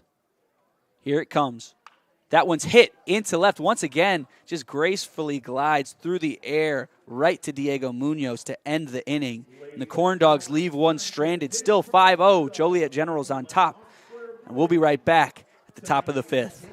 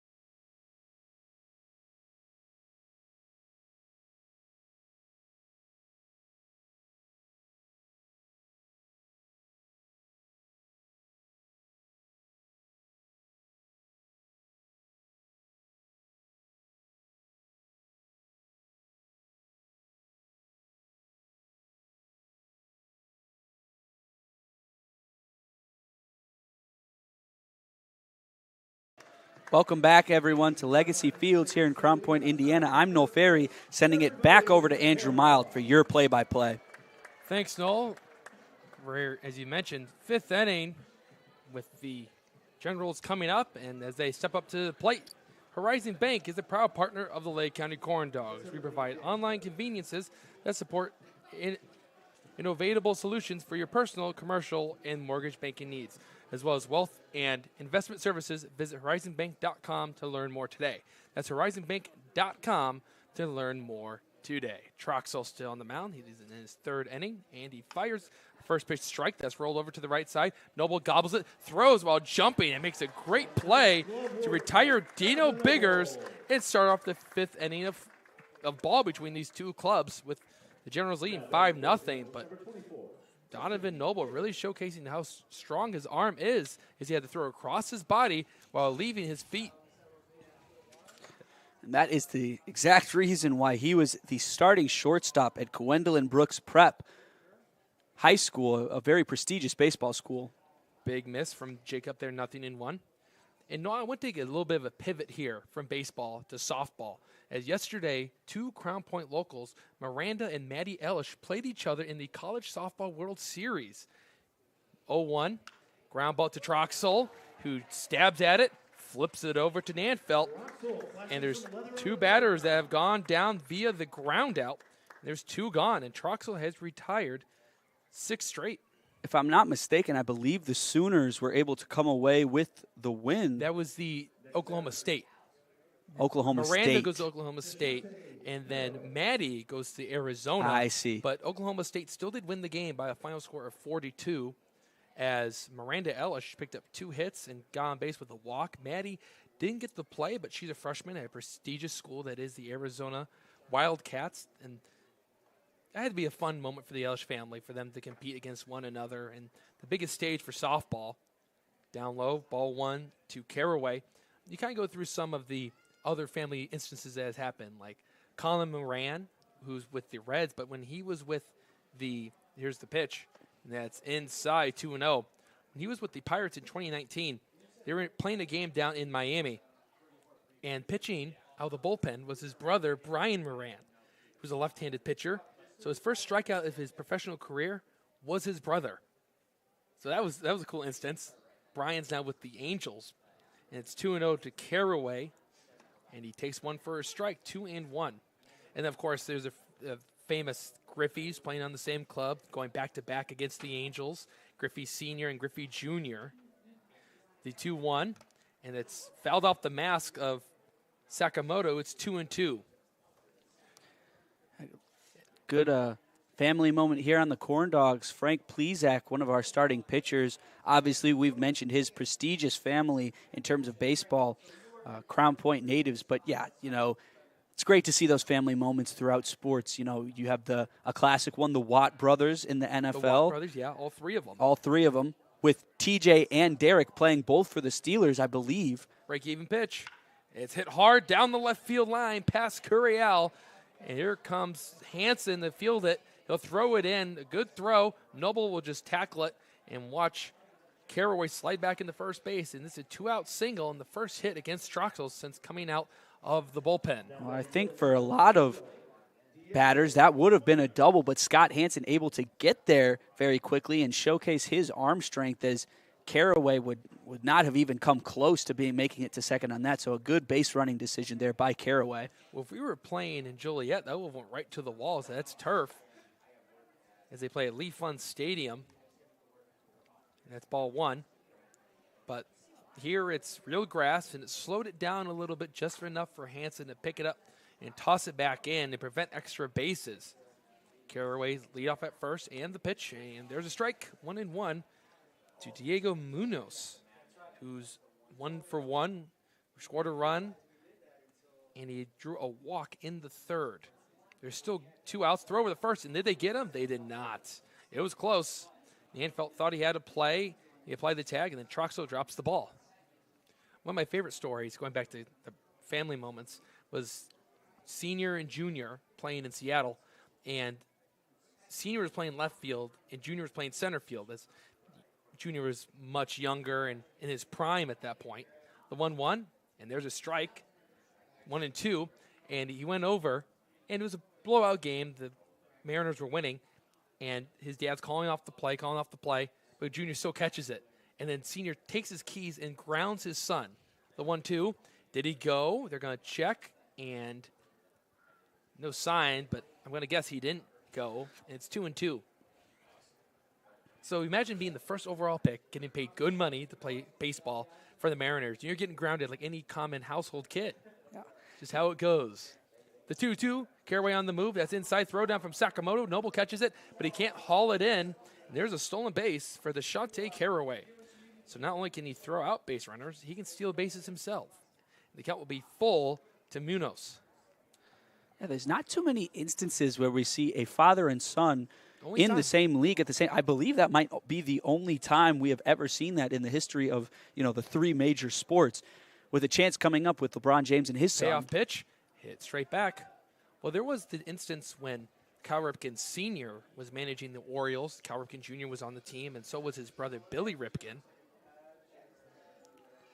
So there was that, and then they started the season 0-26 or 0-16, and eventually Cal Ripken Sr. got fired, and rightfully so, but it was still a cool moment to have those 3 guys on Baltimore. Payoff pitch, and it's hit in the air, center field.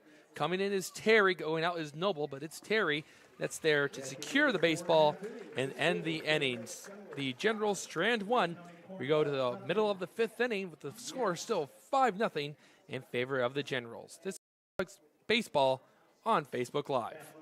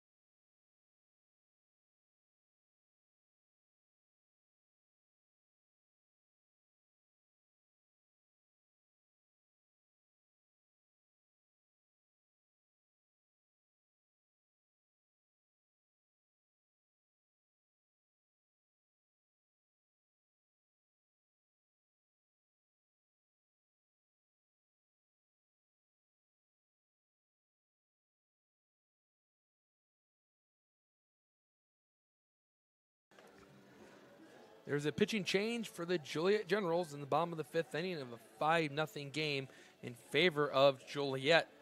And every pitching change is brought to you by IBEW Local 697, who's still a proud partner of the Lake County Corndogs. Ironworkers Local 395 is also a proud partner of the Lake County Corndogs. Local 395 continues to forge and maintain strong partnerships with owners and contractors based on our commitment to provide excellent craftsmanship through safety, productivity, reliability, and training. Ironworkers Local 395. And I'll tell you who had excellent craftsmanship. That was Jack Bell, who went 4 innings, allowed just 2 hits, no runs, no walks, and he struck out 8 hitters through 4 innings. So on average, that would be 2 hitters per an inning.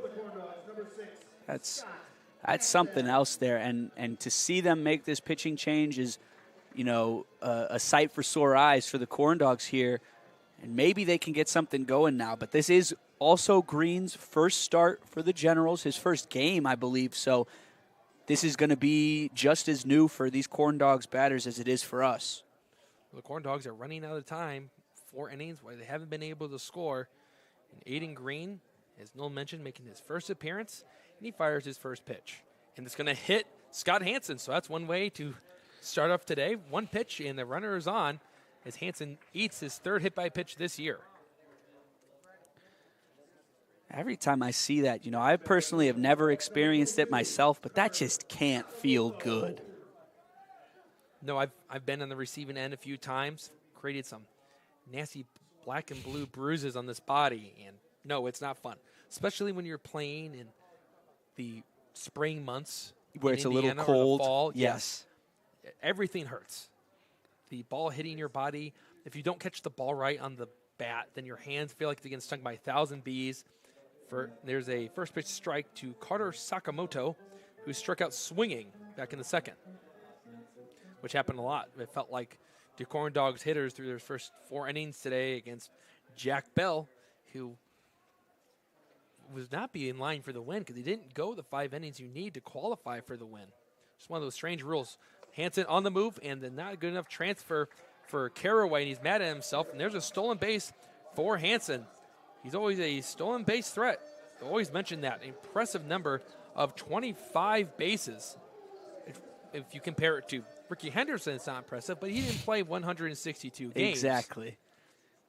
But there's a runner in scoring position, I believe, for the first time today for the Corndogs. Maybe a good time to capitalize. See if Sakamoto can pick up his first hit in RBI. And he clobbers this one high and deep to the left side, but it's going to go out of play and move the count to 1-1 to the Corndogs catcher today. That was a gutsy move by Hansen there. Carraway has a really quick transfer to his right hand there. We saw a rare mishandle from him, but honestly, even if the throw had gone off there, I think Hansen probably would have made it. Well, Hansen did have a good jump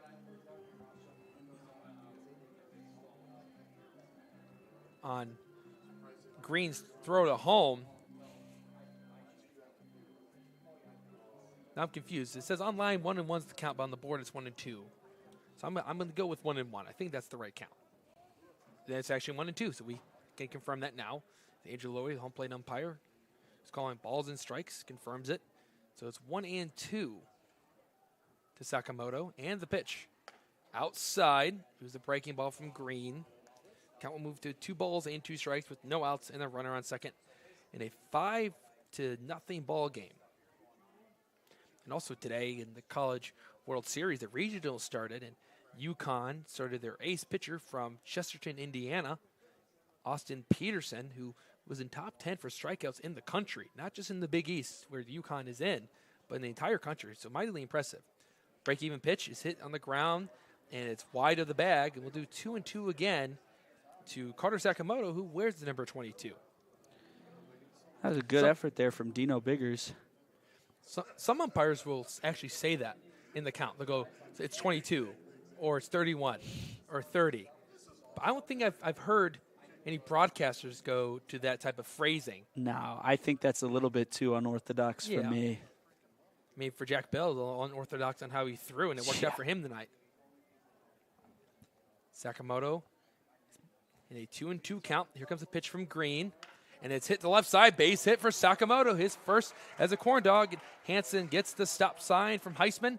He'll stay at third base, and there'll be runners on the corners for the Corn Dogs. Well, that's really good discipline there from Hansen, because you could tell from his stride as he was just rounding third, he wanted so bad to go home there. But that was a great throw in by Anthony Stellato. He would not have made it home, not even close. Well, Hansen does have good wheels, but he had to freeze on the liner just to make sure it got through instead of being picked off and making that a double play. And that's the definition of a momentum killer. But here comes Cal Correal in a big spot as the Corn Dogs try to make a comeback. I mean, they've been down worse and been able to come back and win the game, as they proved in the last home game on Sunday. Correal hits one back as he was first pitch swinging and just missed it, 0-1. Correal on the day is 0 for 1 with, you can guess it, yes, a strikeout. He was the 5th for Bell out of 8 that he had. The Corn Dogs going through their line for the second time tonight, as the Generals are approaching the 4th time through their lineup.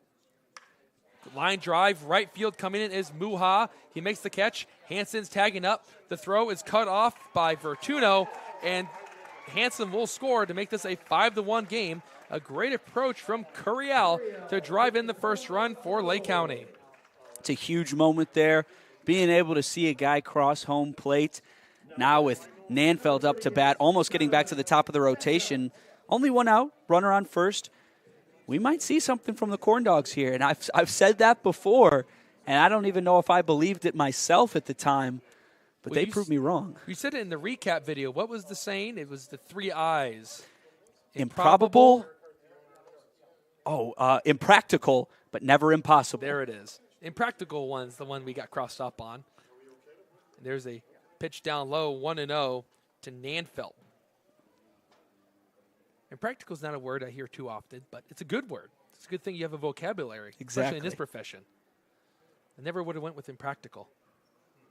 I went with incredible. 1-0. That's upstairs. Throw down the first, and sliding back in safely is Sakamoto. It's 2-0. And you hear the announcement from Tom Bialik. And we're talking about Corn Dogs. The Off-Square Brewing, who's the proud brewing partner of the Lake County Corn Dogs, actually had a tailgate before today's game at this brewery that is off the square, given the name. And there's a strike on the inside corner, 2-1. And they had these great-looking corn dogs, beer battered, and I wanted to go over and have one because it was freshly cooked. It looked delicious.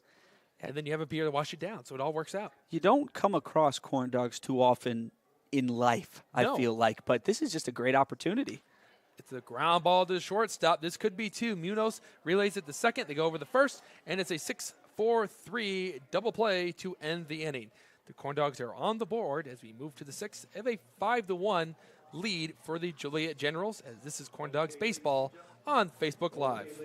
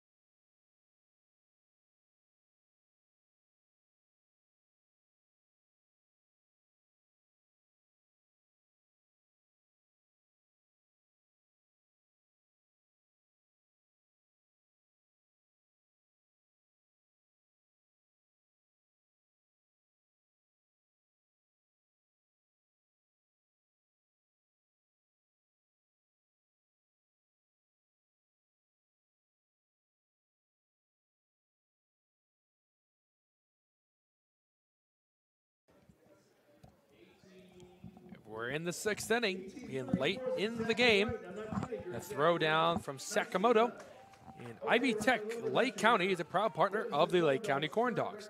Ivy Tech, higher education that's built around you. Serving all Lake County with locations in Crown Point, East Chicago, and Gary. Visit ivytech.edu/Lake County to sign up today. It's ivytech.edu/Lake County. Going through the 4th time in the Generals lineup tonight. Leading off with Tom Stote, who is 0 for 2 with a walk. And Droxel drops in a breaking ball for a strike to start off this 6th frame. Andrew Mild and No Ferry, who are enjoying a beautiful night as the sun is officially set. Light doing all the works now. 0-1.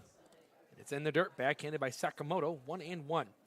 And want to give a good luck to 2 teams that are in Lake County. It's the Crown Point High School Bulldogs and Lake Central High School Indians, as they will play tomorrow in regionals, 1-1.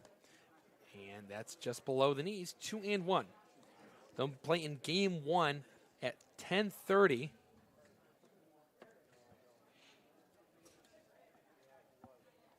And then there will be a second game to determine who will play the winner of that game.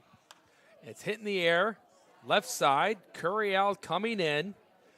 Coming in is also Nanfeld, but Curiel has the play, and he makes it for the first out.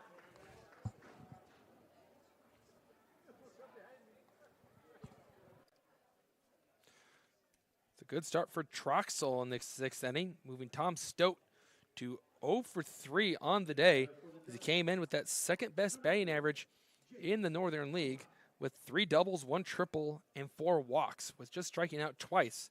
He has his 3rd strikeout of the season tonight, and that one misses. 1-0 to Jake Muha. Muha was playing right field and caught the first out on the sacrifice fly in that bottom of the 5th that allowed the Corndogs to score. And a foul ball off the leg of Muha. 1-1.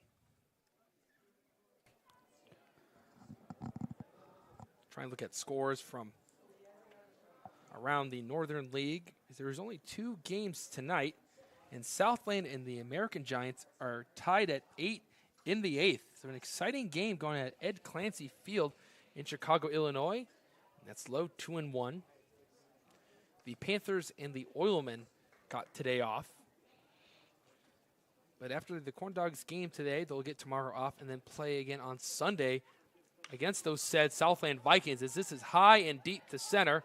Terry having a hard time looking for the baseball, and it drops right in front of him, and Donovan Noble throws it in, but that's going to go as a double as Muha hit it above the lights.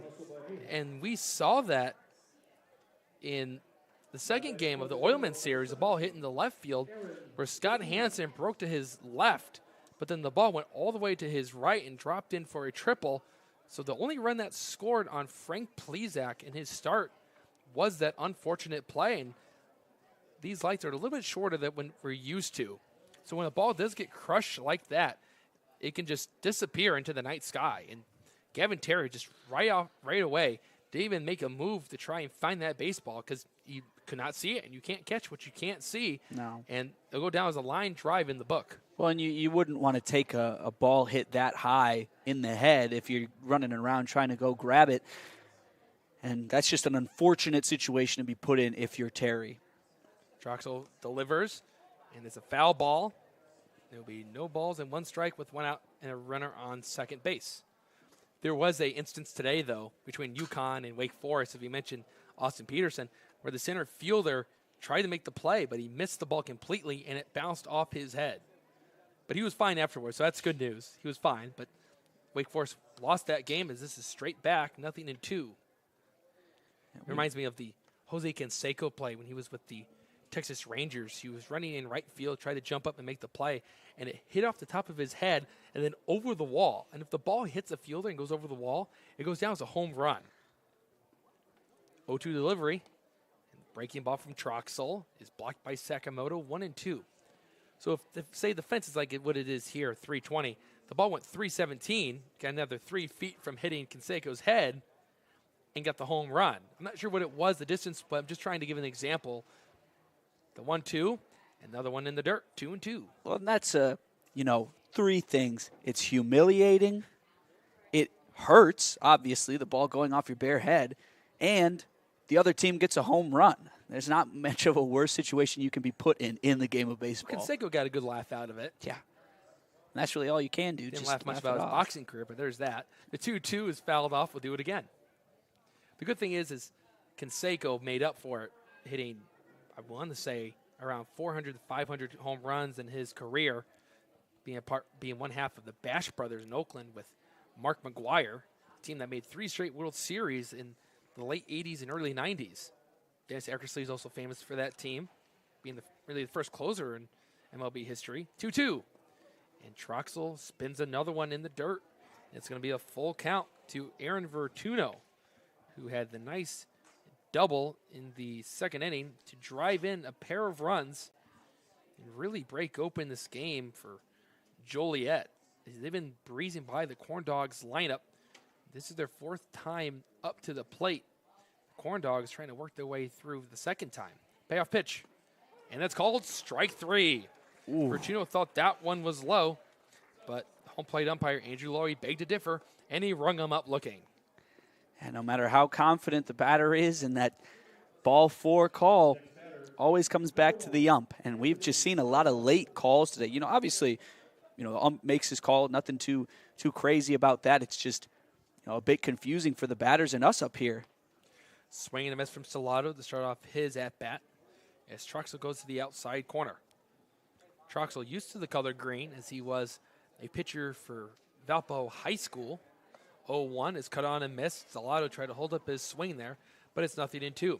Where he did win the team MVP in his senior year before going to St. Xavier and then transferring to Indiana Tech, where he just finished his second year with that program. 0-2 pitch is hit in the center field. Terry going back. He's trying to track it. He dives, and he makes the play. Gavin Terry. He makes up for the first double, and he lays out and hauls it in to prevent our run from scoring.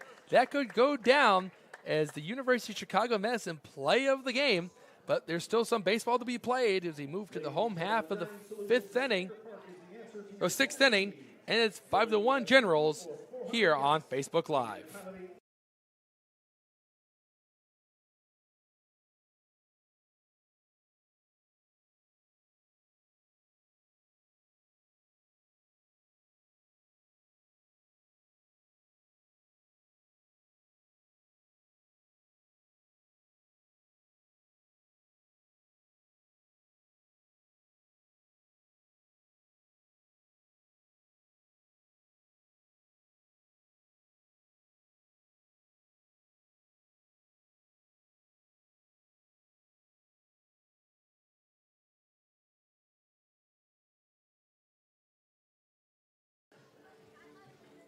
Welcome back into the booth. We're in the middle of the 6th inning, but we're going to recognize some of our proud sponsors here for the Lake County Corndogs, starting off with Kuziak Construction. Is your complete home improvement expert from home remodeling, repairs, and roofing. We do it right. Contact us today at 219-923-3007. That's 219-923-3007.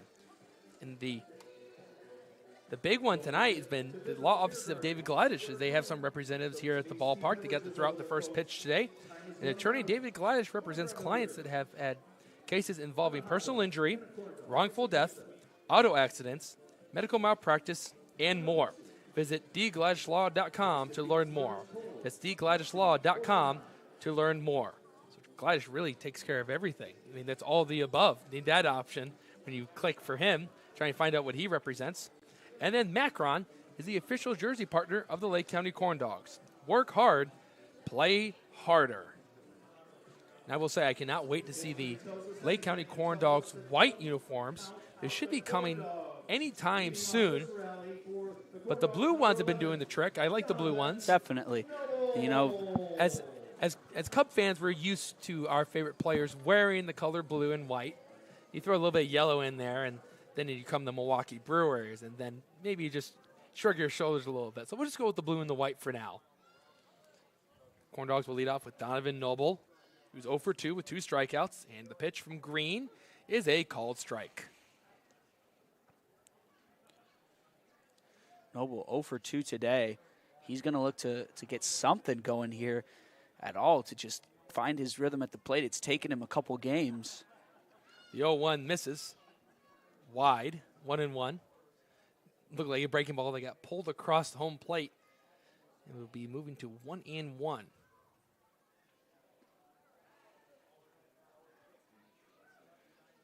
Corndogs down 4 runs. They've made the improbable comeback on Sunday. Can they do it again here today? The 1-1. That's up and in. A little bit too tight on Noble, 2-1. But again, it was this top of the order that's been really doing a lot of the damage. It all started off in that Saturday, it was actually Sunday, where for Noble, Terry, and Schultz were all lined up in the top of the order. The 2-1, ground ball left side and foul. We'll do 2-2. Noble's not happy about that one. He knows that most likely would have been a ball had he not swung at that. Made it 3-1, which I believe we have another broken bat here to add to the fire pit. I still have yet to see that, Andrew. When's that happening? I think maybe it's going to be the end of the year bonfire with all the bats.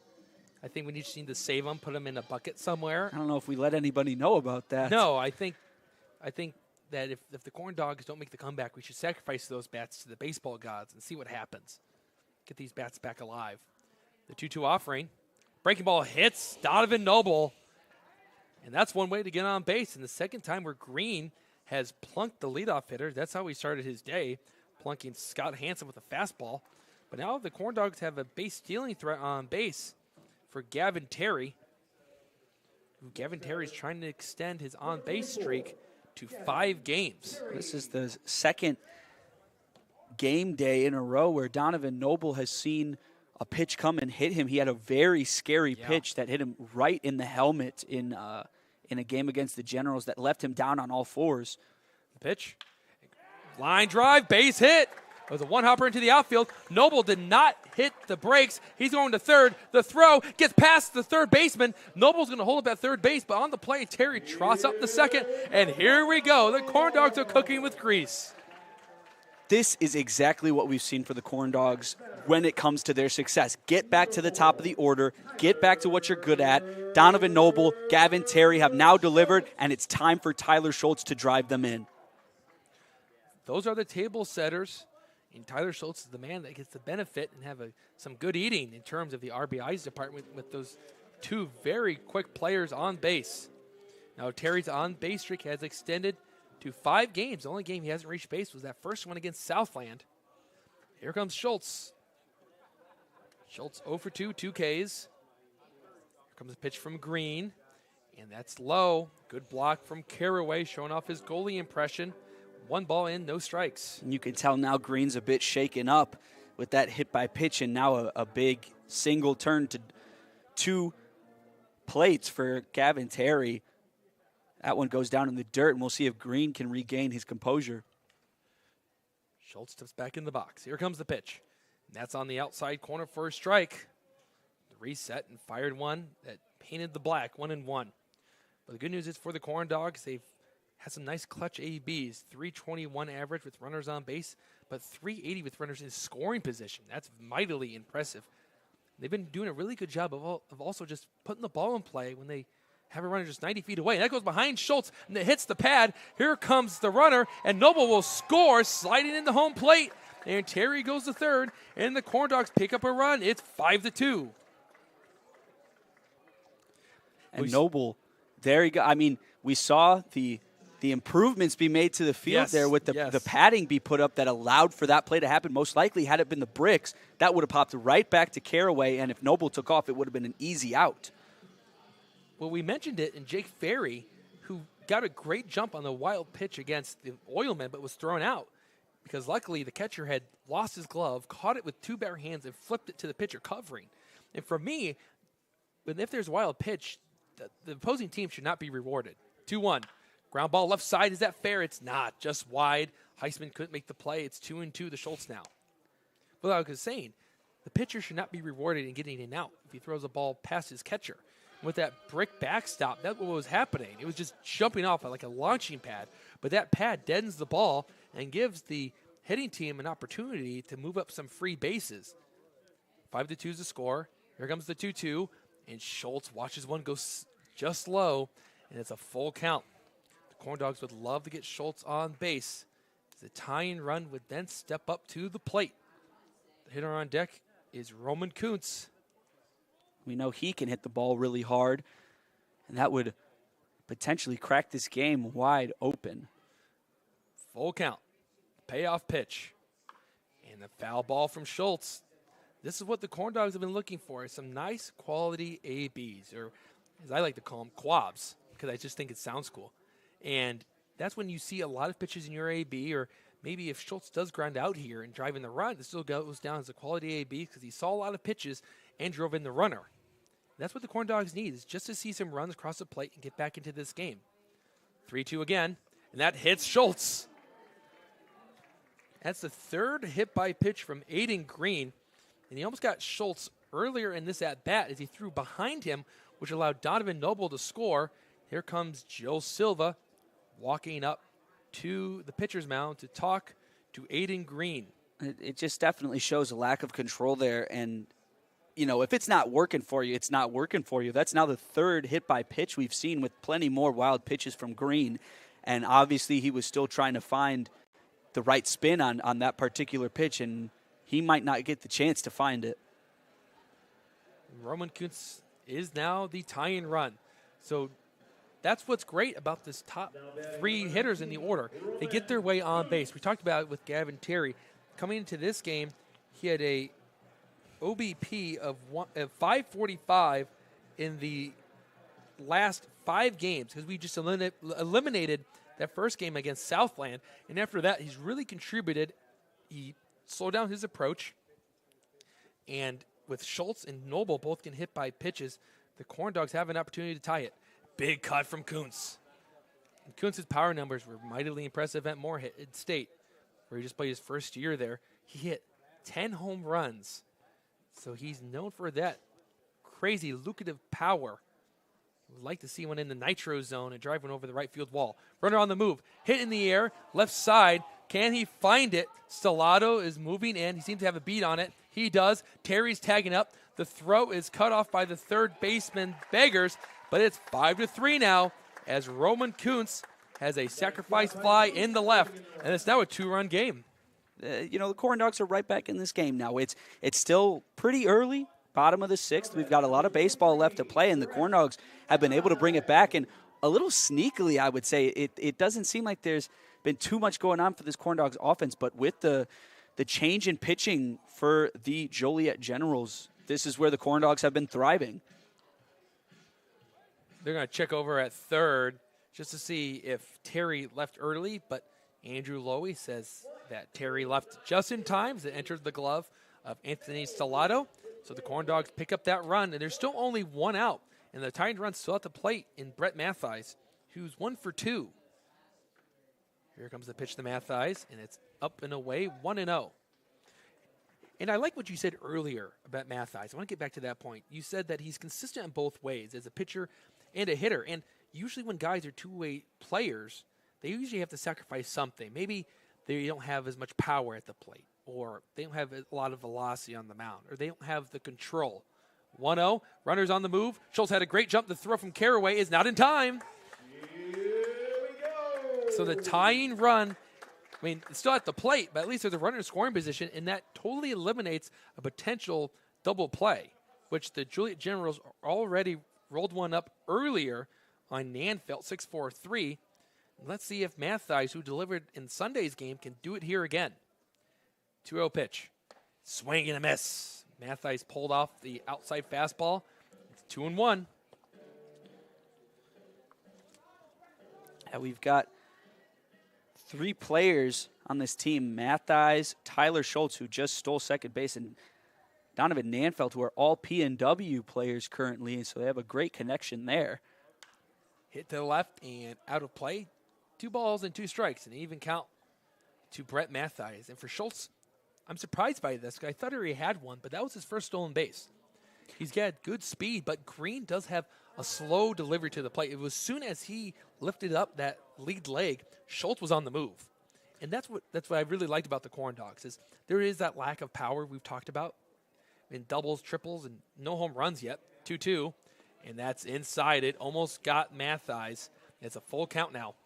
But they make up for it in the stolen bases department. They came into this game with 17 stolen bases, which leads the Northern League. So even if they're not getting those extra base hits, a walk or hit by pitch or a single can serve as an extra base hit because they're picking up that extra base time and time again. Payoff pitch, here it comes. Ball 4. No doubt there. No, that was 2-2. Now it's 3-2. Looking up at the scoreboard. But it's 3-2 to Mathis. So we do a payoff pitch now. Sorry if I got any hopes up for the fans tuning in. It's Mathis in a 3-2 count against Green. Schultz at second, the pitch. And it was the same result anyway. Fastball outside, ball 4. So now the tying run is on board for the Corndogs. And now we're starting to look into that Joliet Generals dugout and see if they do want to make a pitching change, and they're not. They're communicating to their infield because now with that walk, there's a force play on any base in the infield besides home plate. Which is a good question. Why do they call it home plate but not home base? Everywhere else is a base, but home plate. Well, maybe here it's drawn. Well, no, I take that back. At Lee Fund, it was drawn on. At behind Hansen, 1-0. If Hansen would have gotten plunked there, the tying run would have moved into scoring position. And that's going to do it. Actually, no. Yeah, now it's going to do it. That's the second visit this inning as Joe Silva looks into his bullpen on the right side. And he'll make a pitching change, which is always sponsored by IBEW Local 697. And you don't want to go anywhere as we're going to take a break in this pitching change with the Corndogs down 2 runs and the go-ahead run at the plate in the bottom of the 6th inning. This is Corndogs Baseball on Facebook Live.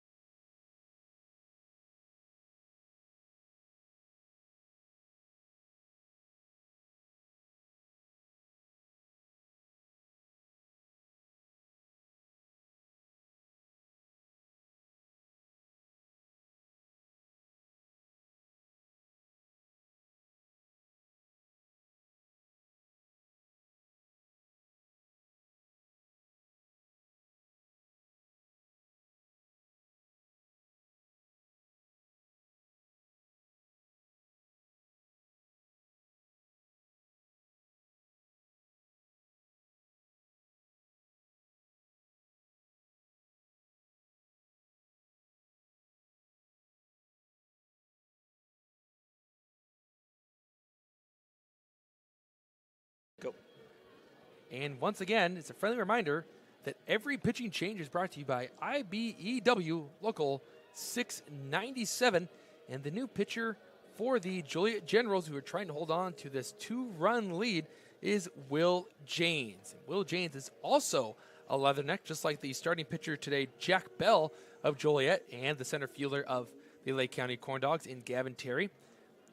With the Western Illinois Leathernecks, he had a 12.71 ERA in 5 2/3 innings pitched. So he only made a handful of appearances on the year, 6 of them.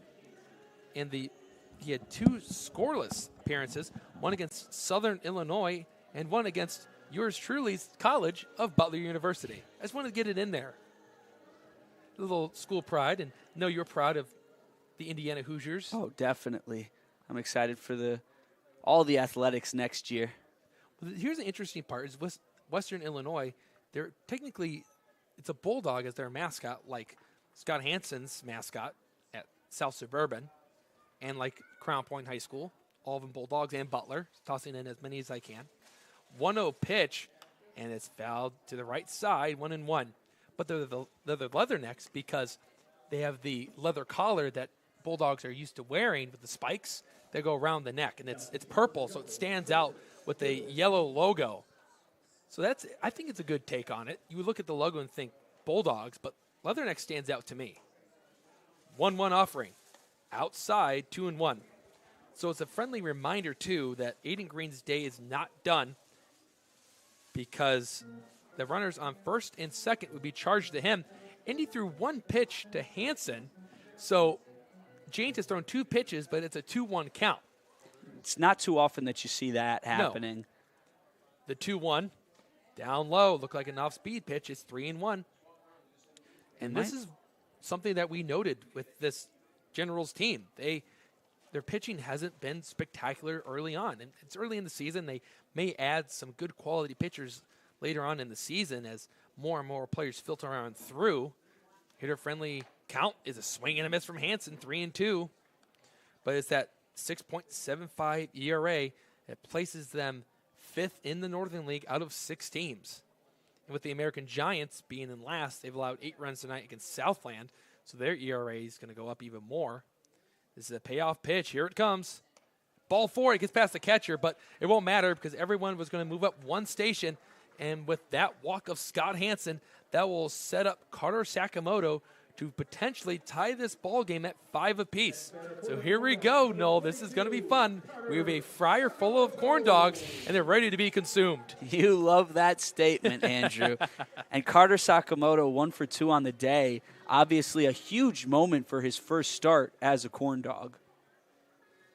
Potentially could put them in the lead here with a double or even tie the game with a single, as we've got some speedy guys on base. Took the words right out of my mouth, and there's the pitch, and it's called a strike.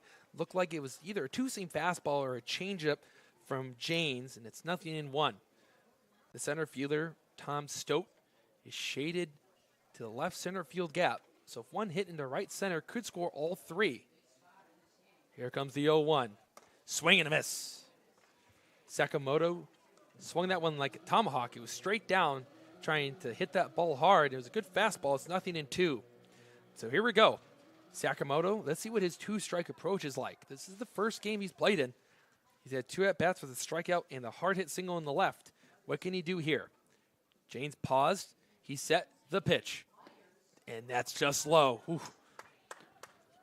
You had the same expression as me, Noel. We both had to take a deep breath because we thought that was going to be called 3rd strike from the home plate umpire, but it was just below the knees. It's 1-2. You know, I'm no baseball player, but that is not necessarily the type of pitch that I would have sat on there. It was right across the plate, but just low enough to be called a ball. Sakamoto steps back into the box, and here comes the pitch.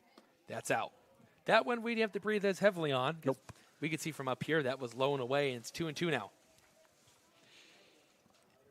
I mean, this would be a huge fight back here from 0-2 if we're able to get to 3 balls, and then you're in the type of situation the Corndogs find themselves a lot where another walk could potentially score another runner.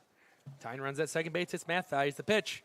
And that gets past the catcher. And a good read there from Tyler Schultz over at third base, as he had a good view of Jake Ferry being thrown at home plate on something like that. As that one didn't hit the padding, it hit the top ledge, which is solid concrete. So it came right back to Carraway. So instead of getting himself thrown out at home and making it the second out, the Corndogs are 1 ball away from sending in the 4th run in this game, the 3rd in this inning, and the tying run 90 feet away. 3-2. It fouled straight back. Ooh, just missed it was Carter Sakamoto. As Ted Williams and McGuire talked about in the 99 All-Star game, a foul ball like that usually has a different smell, and I think Sakamoto is smelling that smell. I'm not sure what it was, but it might smell pretty good if you just missed that one. They just grazed it. We'll do 3-2 again. Choking up on the bat, Sakamoto. The pitch. Ball 4. It missed in the dirt. And here comes the 3rd run in this inning, and it's 5-4. The Generals are having a tough time getting out of this inning. We've seen 2 different pitchers so far, and Will Janes is having just as tough of a time as Aiden Green was earlier in this inning. And that run goes to Aiden Green, and I like what Time Bialik said to my left. Cal, the cardiac kid, Curiel. And I have to agree, he is the cardiac kid. And he gets hit. No time there for Curiel to try and deliver the heroics. He gets hit, and we're tied at 5. And this is, I guess, going to become something we have to get used to here at the Corndogs. They have now completed, I should eat my words here, they have tied the game from a 5-run deficit, 5-5, with the Corndogs still having 2 outs available in this inning, bases still loaded. You're saying don't call it a comeback, quite literally. You just phrase it differently. As Nanfeld takes one upstairs, 1-0. And if I'm a Corndogs batter and I'm coming up in a situation like this, I'm taking till I see one. Because you don't want to hit yourself out of this inning. No. And if they're gifting you these free bases, that's half the battle in this league, it feels like. We talked about that with the Generals broadcaster, Aiden Oppenheimer. It was a swing and a miss, 1-1 to Nanfeld. It's a battle of the walks. And the Corndogs are usually winning that battle. The pitchers don't usually give up a whole lot of walks. And the Corndogs have worked a lot of walks. The 1-1. Nanfeld takes a strike as it pops out of the glove of Carraway. And it'll be a 1-2 count after we reset. And this inning alone, there's the 3 hit-by pitches. There's 4 walks, 3 of them consecutively, and just 1 hit, which came from Gavin Terry. 1-2. The pitch outside. Breaking ball that worked its way just off the black. It's been a wider strike zone, or pitcher-friendly strike zone, as some might say, in this game today, but at least it's consistent both ways.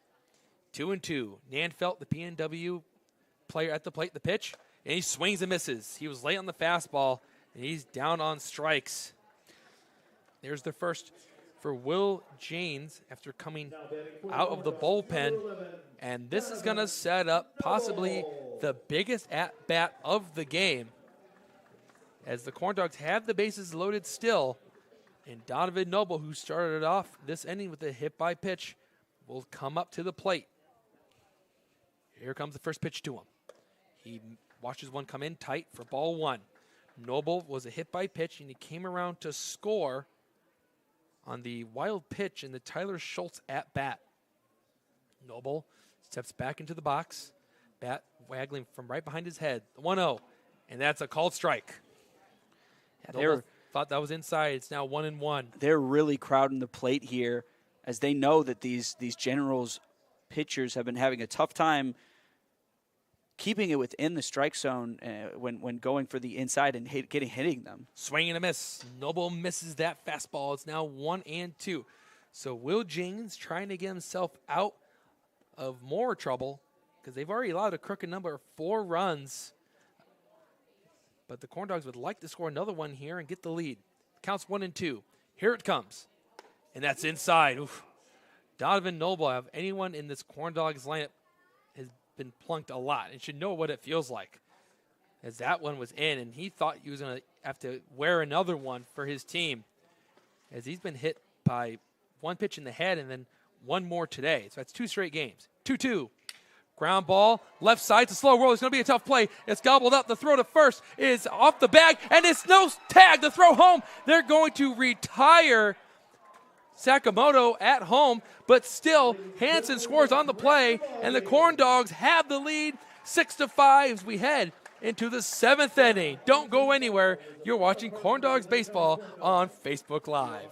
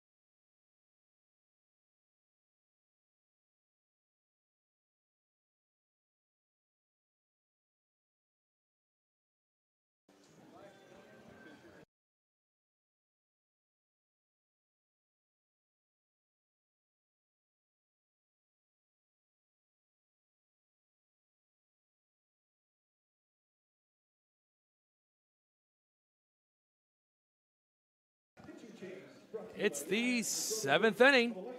If you are just joining us, where have you been? You just missed another incredible inning from the Corndogs offense where they scored 5 runs, and the official scoring is we'll score that last play as an E5 from Dino Biggers, and then a 5-3-2 putout of Sakamoto at home plate as he tried to score, knowing it was going to be a close play at first base. But there's going to be a pitching change. It's going to be Jake Thomas coming in, the southpaw.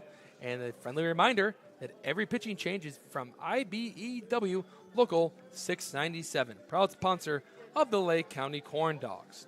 And then Misprint is the official printing partner of the Lake County Corndogs. We specialize in delivering the highest quality of signs and printing on time and within budget. Big or small, we do it all. Visit misprintindiana.com to learn more about our services. That's misprintindiana.com to learn more about our services. And going to his services is going to be No Ferry. Thanks, Andrew. Top of the 7th here in Crown Point. Jake Thomas delivers the first, and that's strike 1 called on Grant Swick. Thomas had a great inning for the Corndogs against the Generals on Wednesday. He only saw 1 inning of action, though. I believe he had a strikeout or 2, and that catches the zone once again for strike 2. 2 quick strikes from Thomas, who was absolutely shown out. Had to show up a little bit later than other players for the Corndogs as he just graduated from Munster High School. Here comes the 0-2. Fouled off. We'll see 0-2 again. And once again, a huge 1-inning comeback for the Corndogs, able to take the lead here and possibly put this one away with some good pitching, which is what we've seen from them consistently this season. Thomas winds up the 0-2.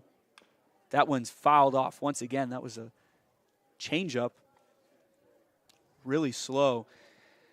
And Grant Quick was a little too early on that. And let's give a big shout out to Ryan Troxel that came in a tough situation and went 3 1/3 innings and allowed no runs and struck out 3.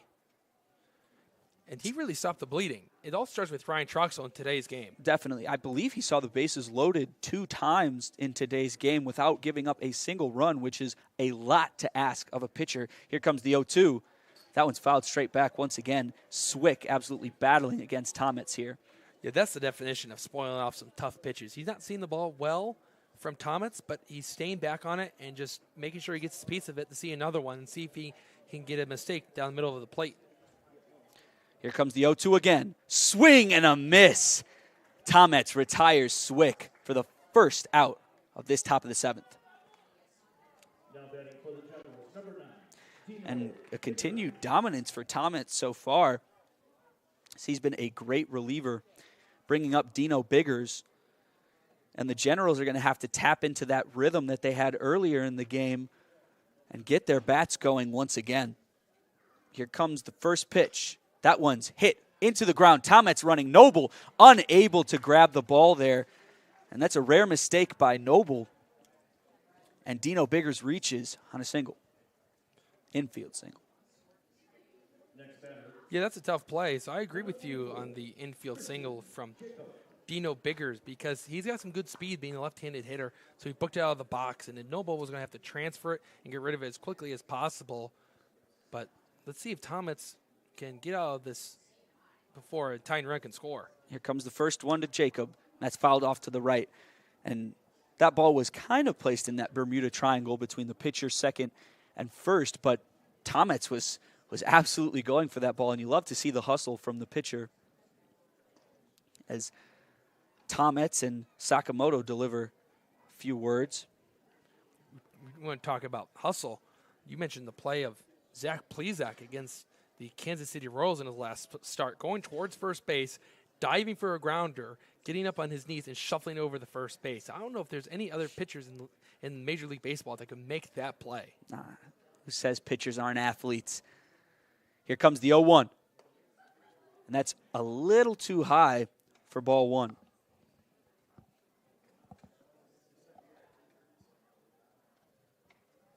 One out here. Top of the 7th. Big swing and a miss from Christian Jacob there. 1-2.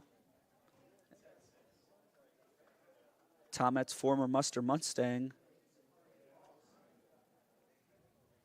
As he takes some time. Gets into his rhythm once again. 1-2, here it comes. Swing and a miss. Tomet gets his strikeout. His second strikeout of this half inning. I'll have to say this. DePauw University has got themselves a good one. I think Thomas is going to go to DePauw University and really showcase what he's got on the left side. And coaches really value left-handed pitchers that can either start or come out of the bullpen. And Thomas started for Munster, and he's relieved here in Lake County. And that's too low for ball one. And he looked mightily impressive. He had great numbers at Munster this last season, and off to a good start here for the Corndogs. Time called once again by Shantae Carraway, and he was a huge part of their semi-state run, the Mustangs, when he was a junior in high school. Here comes the 1-0. Now it's off the glove of Sakamoto. And Dino Biggers thinks about going to second there, but Sakamoto was ready for it. Shantae Carraway, 1 for 2 today, has played a big role in today's game. Not only behind the plate, but at the plate. Big swing and a miss from Shantae Carraway there. Turns him completely around and down on one knee. Thank you very much. I just heard one of the fans say, I was going to say the same thing. Is that Javi Baez at the plate? Former Chicago Cubs shortstop, now with the Tigers, just selling out on a 2-0 pitch down in the zone. 2-1. That one's in the dirt. Ball 2, and once again, Jacob thinks about going there, but he'll stay. 3-1. Hitter-friendly count, but, yeah, Carraway fully extended the bat on that one. Surprised he didn't pull a muscle. Here comes the 3-1. Big swing and a miss once again. Full count. This is a huge pitch here for Jake Tomet. And I would be surprised here if Thomas went over the first base just to see if he can catch Dino Biggers leaning, because this is where the runner does move on the pitch. And what I'm really noticing from the Generals here, too, is they keep messing with the timing of Tomet. Jacob goes. And that's strike 3 called. Tomet retires Shantae Carraway. Jacob didn't even have a chance to get to second. And we head to the bottom of the 7th inning. I'm Noel Ferry with the Lake County Corndogs, and we will be right back.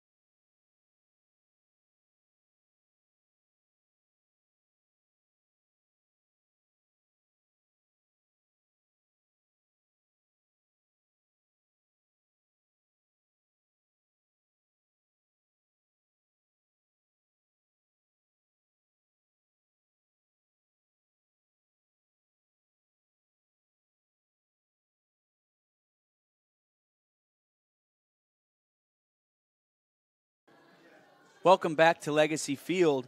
I'm Noel Ferry here with Andrew Mild. as we've seen a bit of a comeback here from the Lake County Corndogs, coming back from 5-0, now 6-5 Corndogs. And a friendly reminder that Off Square Brewing, the official brewing partner of the Lake County Corndogs, at Off Square Brewing, we strive to be just that, off square. We think and brew outside the box. And here we are back up near the top of the rotation for the Corndogs with Gavin Terry, one of the most consistent and best hitters for the Corndogs. We'll see if they can get some insurance runs here. The first pitch. Terry shows bunt, and Carraway somersaults backwards trying to corral that pitch. And that one goes flying past him for ball one. Yeah, Carraway, I think it's a good way to put it. He was somersaulting. I wonder if Carraway is part of the cheer squad. Definitely could be. Here's the 1-0. That's outside once again. Misses the corner, 2-0. And you do not want to get in this type of situation with Gavin Terry. This is where he usually thrives, too, is head in the count, trying to look for something in the middle of the plate and drive it. Here comes the 2-0. Big swing and a miss from Terry there. And that's exactly what he was looking for. Just came a little bit too late. There's a huge cut from Terry where the necklace he's wearing around his neck actually spun around. It was on his back. He had to readjust it. We're not seeing a headband from Terry today. That one's way outside again. Though he is actually. He is. He is actually. He's wearing a smaller Nike one with some different colors. And I said, hey, I have to admit it to you, Gavin. I love your headbands. And he goes, is that the one you're wearing today? He says, it sure is. So I wonder if he has a wide variety of headbands. I would assume so. I've never seen him wear the same one twice. Here comes the 3-1, and that's outside over the head of Carraway for ball four. Starting off the inning with a walk, setting it up for Tyler Schultz. I wonder if he has them on like a shelf where he just lines them up and there's like different day of the week he wears that particular headband.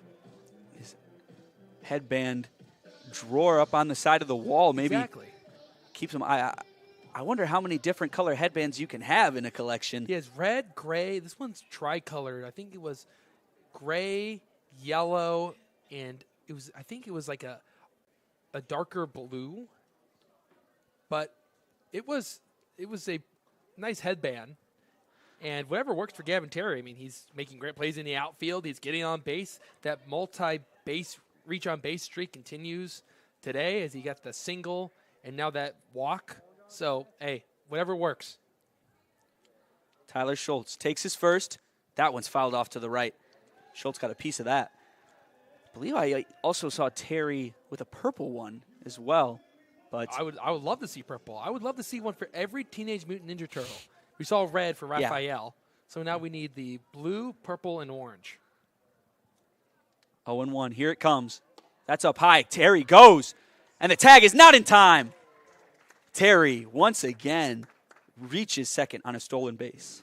That's his sixth on the year. And I was peering over to see if he was going to take off, and he had a nice, aggressive lead. And once Jane's committed to the plate, he took off. And I don't think there's too many players in this league that could throw him out. 1-1. Here it comes. That's up high once again. And Jane's is having a tough time finding the zone right now. And as a result, Carraway is having a hard time finding the ball. Well, a wild pitch, you got to know that Terry's going to take off and try to put himself 90 feet away to get that insurance run that you asked for, Noel. Here it comes. Up high once again. Carraway expecting it that time. And James is going to have to rethink some things because you do not want to set up Gavin Terry and Tyler Schultz on first and second because at that point, you might as well count it as second and third. With Roman Koontz up to bat on deck. Here it comes, and that's way off. And Gavin Terry jogs to third. And that is a walk for Tyler Schultz. Well, it's incredible to me how the script has really shifted to the Corndogs' favor. It was the Corndogs issuing a lot of walks and allowing a lot of traffic on the bases for the Joliet Generals, or as I like to say, a platoon of generals on the base paths. But now it's flipped to where the Corndogs are getting the strikeouts as Jake Thomas struck out the side, and the Corndogs are benefiting from the walks. So that's what baseball is all about, is you never know what's going to happen because there's so many opportunities to make a comeback. This is the only sport where there is no time, and each side gets an equal opportunity to score runs. Yes. It's not football where you can run the ball and hold it for 6-7 minutes on a drive. Yeah. Or basketball where you wait the entire shot clock and then toss it up at the last second. Well, and the Corndogs have done a great job a couple times this year at just weathering the storm. You know, it looks like Yes. a really tough inning. It's really hard to get out of. Your pitchers are struggling, but they've made it through it, you know, with sometimes a lot of runs scored in that inning, but every time they've been able to come away with it on top. And we've talked about that. I've talked about a lot that with friends when it comes to baseball. Is it feels like sometimes your favorite team has great hitting, but you have no pitching. But then you're pitching well, but then there's no offense. You're losing 2-0, or you're losing the game 13-12. But the Corndogs have an opportunity to be the team that can hit and pitch at the same time, or beat you either way. And Wednesday it was pitching and then hitting. Today it's hitting again, and the pitching's really stepped up since that second inning. And we've seen another pitching change here for the Joliet Generals, so we will be right back after this.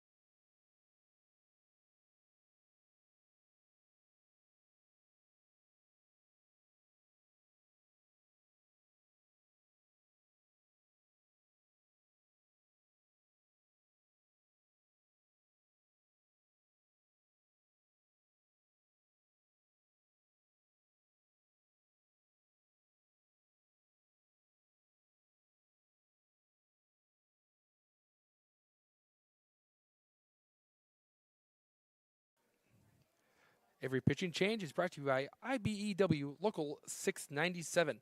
And Christian Jacob will be on the bump now after a bunch of changes. And Koontz takes a first pitch strike from the new hurdler. So then it's Aaron Vertuno who goes from first to left as Will Janes, the pitcher, goes to first. Bigos goes from third to second. And then Stellato moves to third base.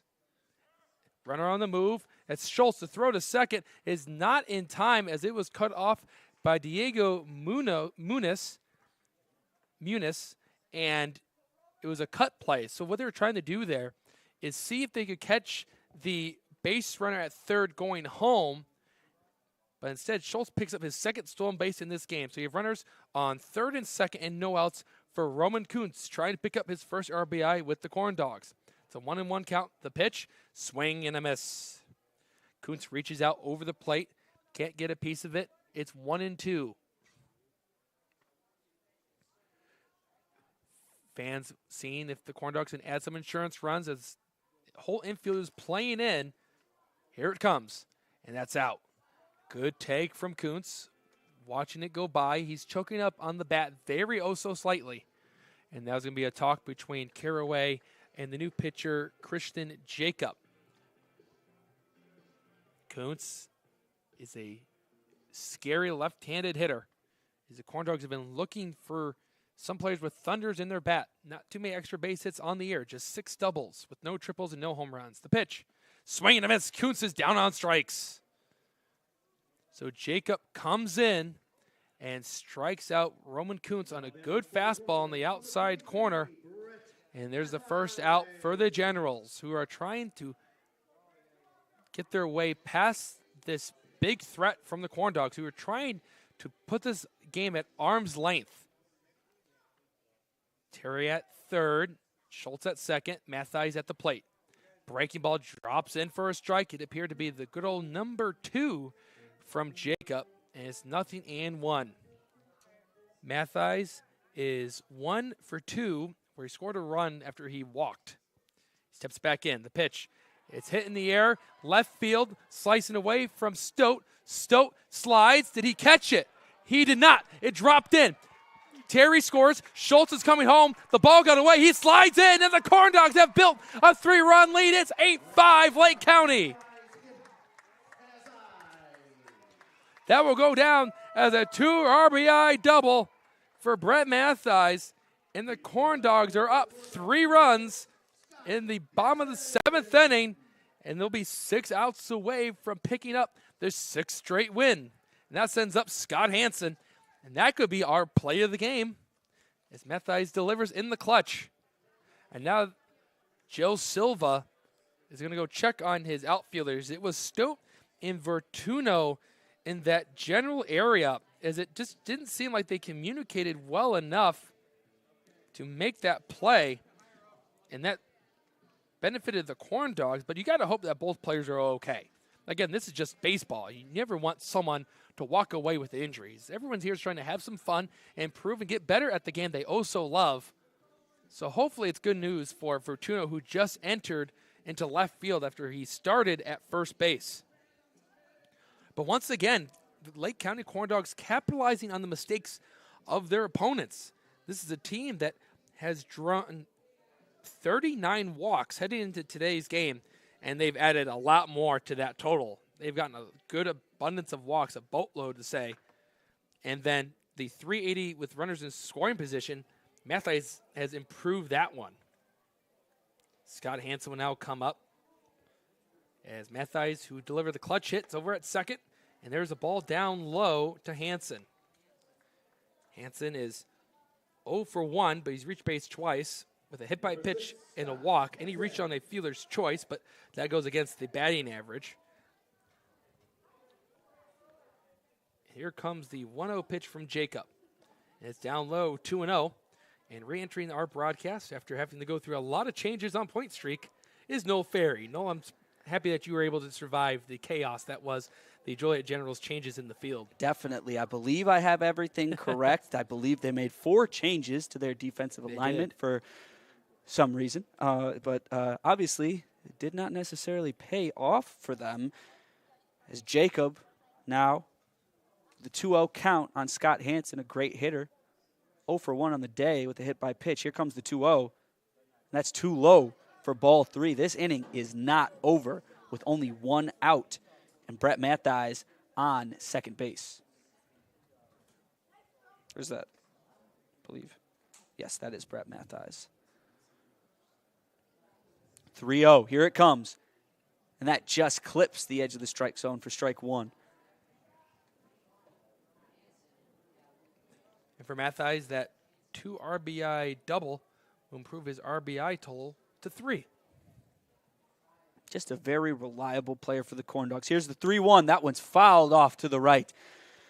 That ball had a lot of heat on it. Full count for Scott Hansen. This is a huge pitch here for Jacobs to potentially end the bleeding here in the bottom of the 7th. It was just really satisfying to look up on the scoreboard and see the 8 unanswered runs by the Corndogs here. Scoring 1 and 5 and now 2 and still threatening here. Full count. Here it comes. Big swing and a miss from Scott Hansen. And the Generals get their 2nd out in the bottom of the 7th, bringing up Carter Sakamoto, who's 1 for 2 on the day. Carter Sakamoto. Brett Mathies on second for the Corndogs. If Sakamoto were to be the 3rd out this inning, the Corndogs would only leave 1 man stranded, which was something that they struggled with earlier on in the season, but since then have improved immensely. Jacob keeps an eye on Mathies. Here comes his first pitch. Big swing and a miss from Sakamoto, and that one was down in the dirt. Strike 1.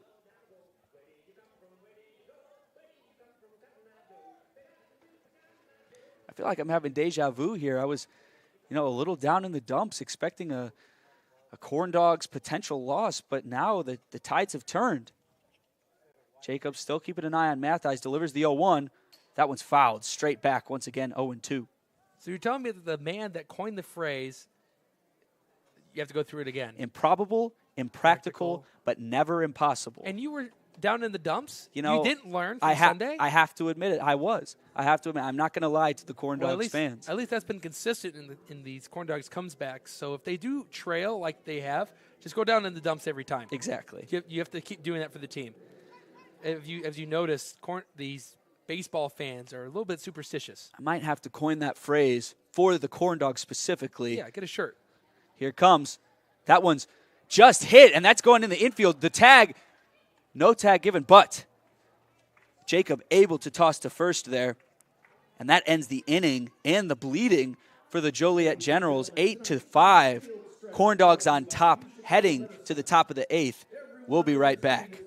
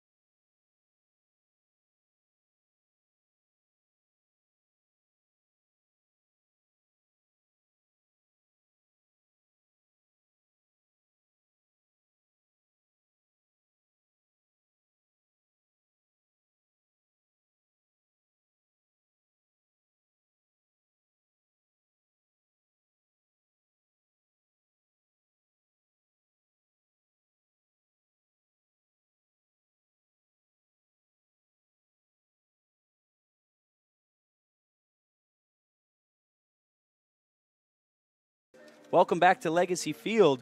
I'm Noel Ferry, sending it off to Andrew Mild for your play-by-play. All right, thanks, Noel. And what a fun night it's been here at Legacy Field. And this is the 4th home game, and we've had a great time spending time with the fans, either listening or watching from home or here at the ballpark. And this is crushed left field, but foul. Whew, you can breathe a little bit easier knowing that one went left of the foul line, and it's a loud first strike to Diego Munoz. And Noel, you did present a very good question. So for the people scoring at home, Will James will now hit in the 5 spot for Grant Swick, who is batting 5th. Pitch, just missed 1-1. Because with James pitching, he was getting hit for by Swick. But now that he's entered as position player, he now has to bat. He'll bat 5th. The 1-1. And it's a swing and a miss, 1-2. And then Jacob, who started the game playing second base, is now pitching. You just can't take him out of the lineup and put a DH in for him, because that would mean that Swick would have to move down to the second hole. And that would just be complicated. But the count is 1-2. The pitch from Thomas. Swing and a miss. Backdoor slider. Cuts down Diego Munoz. And that's the 4th strikeout for Jake Thomas, the dastardly left-hander. And there's one gone to start the 8th inning. The countdown is on. The Corndogs 5 outs away from making that 6 straight wins that would improve them to 6-1 on the year. There's a foul ball off the pole to the right, 0-1, to Tom Stote, who I think I put the broadcaster's jinx on, talking about how well he was hitting. But today he's 0 for 3 with a ground out, a strikeout, and a pop out to third. So my apologies to Tom Stote. Here comes the 0-1, and I don't think that hit him, and it did not.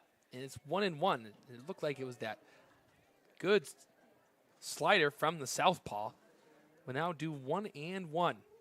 And Plummer's Local 210 is a proud partner of Lake County Corndogs. We strive to provide and maintain education of apprentices and upgrading of journeymen in the plumbing industry. 1-1, the pitch, swing, and a big miss from Stote. 1-2. So now Thomas, 1 strike away from picking up his 5th, and that would make 4 in a row if he can cut down Stote. He takes into his glove, goes into his windup, and he fires. It's in on the hands, popped up right back to Thomas, who will make the play just right of the pitcher's mound, and there's 2 outs. And that sounded like there could be another bat to our end of the year bonfire here for the Lake County Corndogs. And there's 2 outs. You know, I was told the other day, Noel, that I've never heard before in my life, that someone said they didn't like s'mores. I couldn't believe it. I go, what is it that you don't like about s'mores? And he said, the marshmallow and the chocolate. So his favorite part is the graham cracker. For me, the marshmallow makes and absolutely the chocolate, no sense. It doesn't. It really doesn't. I don't want to name names, but I wasn't impressed with that statement. Because who doesn't like s'mores? It's a 1-0 count to Jake Muha. Lefty on lefty. Here comes Thomas. And he throws one at the knees for strike 1, as it was called by the home plate umpire. Muha is 1 for 3 as he had a double in the 6th inning, gifted by the lights. The 1-1, up and away. 2 balls, 1 strike, 2 outs, no one on base. And the Corndogs are trying to get out of this inning with another goose egg up on the board and try to set up a 9th inning. The pitch, it's a slider that's down low, 3-1. That's a good, tight slider from Thomas. You can see it from up here. And at least if you're going to throw a slider, make sure you miss out of the zone so it's not right into the nitro zone where it could be crushed, because for the Corndogs, they're up 3 runs, but they'd rather play with those 3 runs in the 9th. The 3-1 hit hard to the right side where Noble slides in one knee, stands up, delivers a nice, beautiful arching throw to Nanfeld, and that ends the inning. Donovan N to end the inning. We go to the home half of the 8th inning, 8-5 Corndogs on Facebook Live.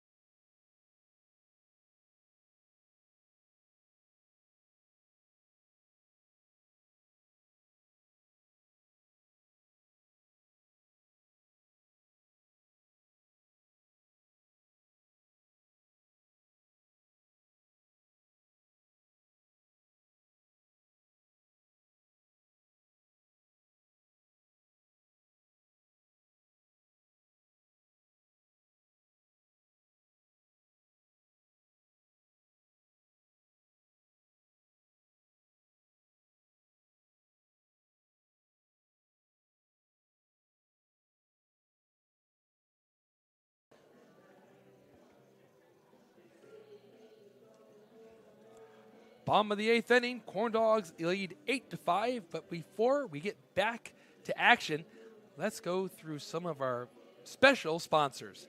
First is Purdue Federal Credit Union, who's the official credit union of the Lake County Corndogs. Purdue Federal Credit Union in Indiana offers valuable banking solutions, including checking accounts, savings accounts, mortgages, credit cards, business solutions, student banking, and much more. Visit PurdueFed.com to learn more today. That's PurdueFed.com to learn more today. And then the University of Chicago is proud to be the exclusive medical provider of your Lake County Corndogs. UChicago Medicine is a leading community of physicians, researchers, and game changers that make a difference in your life. UChicago Medicine at the forefront. The University of Chicago also sponsors Lake County Corndogs home runs, and they're trying to wait and see if the Corndogs can hit one at some point or another. So Jake Thomas came into the game for Ryan Troxel, who's in line for the win. And Thomas could pick up the save if the Corndogs do hold on to this win. And did I hear that right? There's a pitching change for the Generals here. Yes, we see Dino Biggers at the mound. So another position player coming into the game. Dino Biggers pitching. Carraway swings at the first one. Created a nice breeze for the infielders. And it's strike one. So with Dino Biggers taking the mound, that will mark the 5th different General to pitch in this ball game alone against the Corndogs. 0-1. Carraway takes another big cut and comes up empty for 0-2. Carraway trying to do damages on those 2 swings, but cannot make contact with the barrel. So Biggers and the count 0-2. He looks in for his sign. He set the belt and the pitch.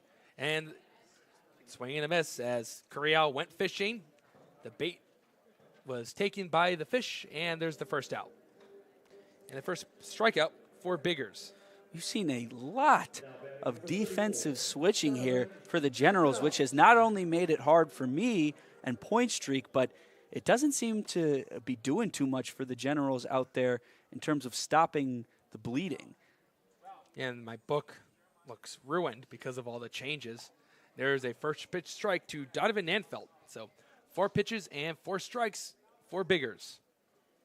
It kind of looks like a spring training lineup when they usually keep going through different players that are in the minor leagues entering the game, and you have to make sure you bring a pencil that day instead of a pen.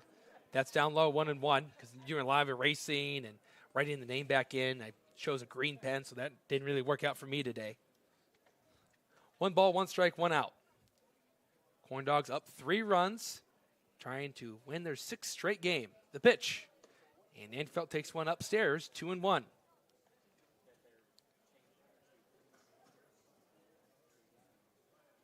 Corndogs were down 5 runs in the 2nd inning, and with some magic, able to come back and score 8 unanswered runs. And Nanfeld takes another one that's left upstairs, 3-1. Trying to see what's going on in Southland and the American Giants. Since it's not finalized, it still says it's in the bottom of the 8th inning. Trying to see if there was a winner in that game. But it's a 3-1 count. Corndogs will be seeing the Vikings on Sunday. And Nanfeld works his way on base. So after a first pitch strike, Nanfeld watches a couple go upstairs, a couple left downstairs in the basement, and he's over at first base. And right now, it's the Generals' worst nightmare. Back at the top of the rotation with Donovan Noble and Gavin Terry on deck. That is not what you want to see here. I mean, 3 runs in 1/2 of an inning is it's a lot to ask. I'll say that. It's a lot to ask, but any more than that, and it's going to be a big task for the Generals here. Here comes the first pitch to Noble. He hits one high into the night sky. It's a scramble over on the left side, and it's going to be caught, who I think it is Anthony Stellato at third base, but with all those changes, I'm not quite sure who it was. But there's a second out, and here comes Gavin Terry. I was able to see the number, and it is Anthony Stellato. So we can't confirm that one. Yes, that was intuitive there by you, Andrew. It's very hard to keep up with the current defensive lineup. I mean, we've seen 2 position players now come in to pitch for the Joliet Generals. Not sure what intuitive means, but I appreciate it. Here comes Gavin Terry. The runner on first. Here comes the pitch, and it's off the mask of Carraway, who stumbles backwards. And the home plate umpire, you know, show off the kind of relationship he has with his catcher, buying some time for him to get the birds that are going around his head. And here comes Joe Silva and the coaching staff of the Generals as they check on their catcher. That did dome Carraway. I think that hit square in the forehead. So it's been a dangerous night at the plate tonight for not only the batters but also Carraway, as we've seen him do somersaults backwards, take one to the head, and a couple hit by pitches. He's also showing off his bunnies. How many times did he jump today? And it's probably like a good workout because of all the weight that he's wearing with his catcher's equipment. It's like doing those burpees. Those are never fun. The count is still 0-1 to Terry after a long pause. And here comes the pitch. It's a breaking ball down low, blocked by Carraway. Keeps it in front of him, make the count 1-1. Well, I know that some catcher's equipment has been changed. Yasmani Grandal for the Chicago White Sox is created this force-3 catcher's equipment. And going to it after this pitch to Terry. And just off that outside corner, 2-1. And what it has is these 3 prongs right in the front. So the part sticks out a bit. So when the ball hits it, it bounces back and then forces the energy back forward. So the catcher's not taking all the force straight back. And David Ross, the manager of the Cubs, is one of the people that donated some money towards that cause. And there's a called strike 2. Because when he was catching in the major leagues with the Dodgers and Red Sox and the Cubs, he had suffered some concussions because those catcher's masks didn't have any resistance to that type of force. And when Ross entered the league, they still used the old-timey catcher's mask and not the hockey-style ones. The 2-2 hit in the air on the infield. Who wants it? Looks like Biggers wants to make the play, and he won't make that play. No one's covering action. There is someone over at second base. And that's going to go down as an infield single. I mean, it won't – in the box score, it's going to look like a line drive. But for the viewers today, that was just a miscommunication by Biggers. Well, not miscommunication, but usually the pitcher should never try to make the play on the mound unless it was like for Thomas in the top of this inning where it was hit softly. No one else had an opportunity. The pitcher's already the toughest worker on the field. There's no need for him to try and make that play. No, and that was, if anything, more of a pride thing there. Called strike to Schultz, 0-1. Speaking on the helmets, a lot of the current designs of helmets, whether that be in baseball or football, they have a lot of new technology for it, but it does not change the fact that when you take that blunt force trauma to the head, your brain is moving around inside your skull. So these new technologies that really can make a difference like that are so important to athletes everywhere. I agree. The 0-1 to Schultz is fouled off to the left, 0-2. Well, even with the helmets, they now have like a C-flap, that's what they call it, that covers the face. And that was really promoted by John Carlos Stanton, who was with the Yankees. But when it happened, it was with the Marlins and took one off the face. And he started using that. And with guys, the way they're throwing nowadays, you can't afford to have kids and even professional athletes taking baseballs to the face. Everyone is throwing a little bit harder nowadays. Counts 0-2. Here it comes. And Schultz watches one go wide. 1 ball, 2 strikes, 2 outs, 2 runners on base.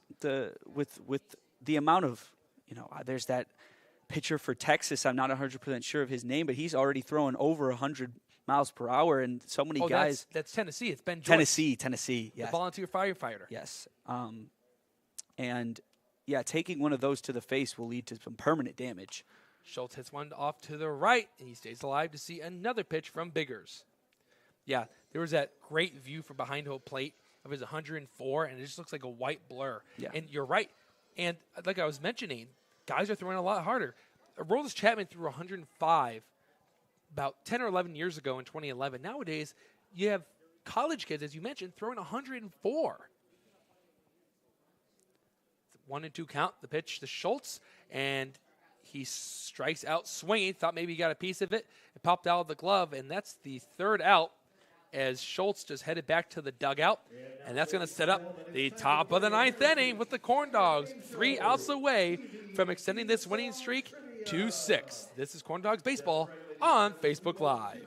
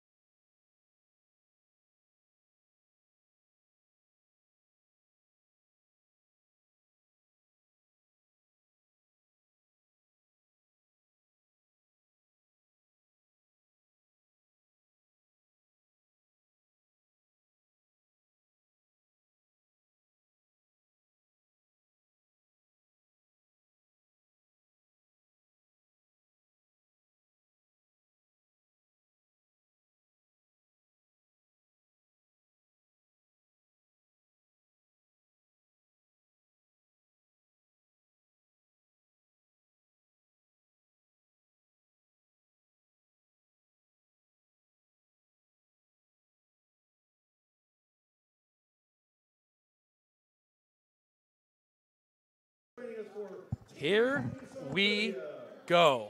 A lot like Sunday. I think you mentioned it. Deja vu, which is French for I've seen this before. Yes. I'm not sure if that's the exact translation. Yeah, I have no idea. It's something like that, right? We'll just go with it. I don't speak French. And this isn't a Canadian team either, so we're off the hook there. As the Corndogs were down on Sunday, the pitch for Matt Thies. The pitching change is brought to you by IBEW Local 697. Proud partner of guess who? That's right, your Lake County Corndogs. It's for Tuno, and there will be Stellato and Janes, unless there's some changes in the lineup, but that's what's due up for the Generals. As it's 1-1, and Matt Thies is trying to pick up his second save as he picked up the save on Friday. It's his hit back and to the right for a 1-2 count. As he came in, went 3 1/3 of scoreless baseball, where he allowed just one hit and picked up the first save in Corndogs history. And he could be in line for the Macron Player of the Game. Here comes the 1-2 offering. And that's a ball that's down low, blocked by Sakamoto. 2 balls, 2 strikes. But it's been a fun night. Corndogs were down on Sunday by 8 runs. No, it was 7 runs. Scored 9 to take a 14-12 win. This is hit to the right side. Will it be in play for Nanfeld? And it will not, as it bounces on the Generals dugout. To our right-hand side, it's now 2-2. And then today, they were down 5 runs. And Noel Ferry, my broadcasting partner, was down on the team once again. And then the Corndogs made the comeback, scoring 8 unanswered runs. 1 in the bottom of the 5th inning, 5 more to take the lead in the bottom of the 6th, and then 2 runs crossed in the bottom of the 7th to put the lead at where it is. The pitch, and that's called strike 3. What a great slider from Brett Mathies. It stayed out, and it dropped right in to say hello and ring him up for strike 3. Fortuno is down on strikes for the 3rd time today, all by the looking variety. You know, what can I say? I have never seen a team that can pull themselves out of a rut like the Corndogs so far, because that's what makes these comebacks so improbable most of the time, is that, you know, they just can't break that bad rhythm. And there's that breaking ball, but it misses to Stellato, 1-0. So I think the nickname going on will be the Cardiac Corndogs. Yeah, or going along with Cal Cardiac Curiel. Swing and a miss, 1-1. Can't take credit for that one. No, though. That I goes cannot. To Tom Bylick, who's sitting to my left. He said that when Corral came up with the bases loaded, tying run, or actually it was the go-ahead run on third base, is in on the hands, punched into left center field, and Schultz is there. Got a good beat on that baseball, brought it in. A little jam piece to the left side, and Lake County is 1 out away from securing their 6th straight win. And it's great to see Matt Thies on the mound tonight, for as much as we were talking about him being a great two-way player. After a great game batting, here he is. And he throws one way off the mark for ball 1. He went to the fastball, and it missed to Will Janes, who gets his first plate appearance tonight as he came in for Grant Swick. Here's the pitch. Up and away. It will move to 2-0. So after today, the Corndogs will have tomorrow off, so they'll enjoy it. And then on Sunday, they'll be back at home against the Southland Vikings. The game's at 6 o'clock. The 2-0. And that's another one that's just off the mark for a 3-0. And then after Sunday, that's when the Corndogs go on a long stretch of ball games. 13 games in 13 days. So all of next week, there will be Corndog games, and then into next week, where the Corndogs won't have an off day until Saturday. And there's a called first strike, an automatic strike to look like to Janes, as he just wanted to see one cross the plate and see if he can get his way on base and set up the tying run to be on deck. The 3-1 is cut on and missed. Generals are down to their last strike. If the Corndogs get this strikeout, they'd win the game, win 3 straight against the Generals, and 6 straight altogether. The 3-2. Got him! Corndogs win! Brett Mathies comes in and shuts the door. No drama in this top of the 9th inning, and extend that winning streak to one more. We're up to 6 wins on the season. Just incredible comeback from the Lake County Corndogs, as they'll now shake hands going into the outfield. And it was an incredible night, and the Cardiac Corndogs strike again. Let me say it one last time for tonight. Impractical, improbable, but never impossible. Corndogs make the comeback happen. And with that, we'll send it over to the post-game show, as we'll give you the final line score of this game, our player of the game, the play of the game, and then we'll see you guys on Sunday. But don't go anywhere. Stick around for the Corndogs post-game show.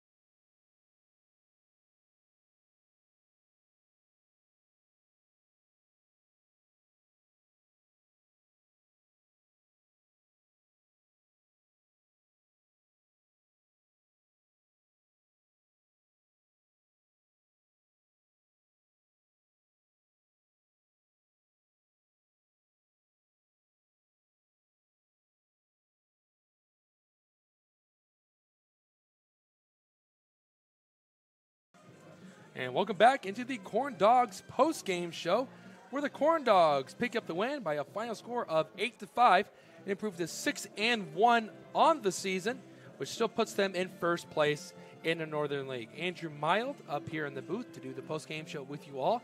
And for those who stuck around for the entire game, thanks for listening. We really appreciate it, and we really love the support that we're seeing from the local community in the first year of the Corndogs. Let's go into the post-game show. Well, it was the Joliet Generals that really started off hot. It was the top of the second inning where they scored 5 runs, where only 4 were earned on 4 hits, 1 error, and they left 2 men on base. And it was Aaron Vertuno who delivered the big hit to drive in 2 runners to give them that 5-0 advantage.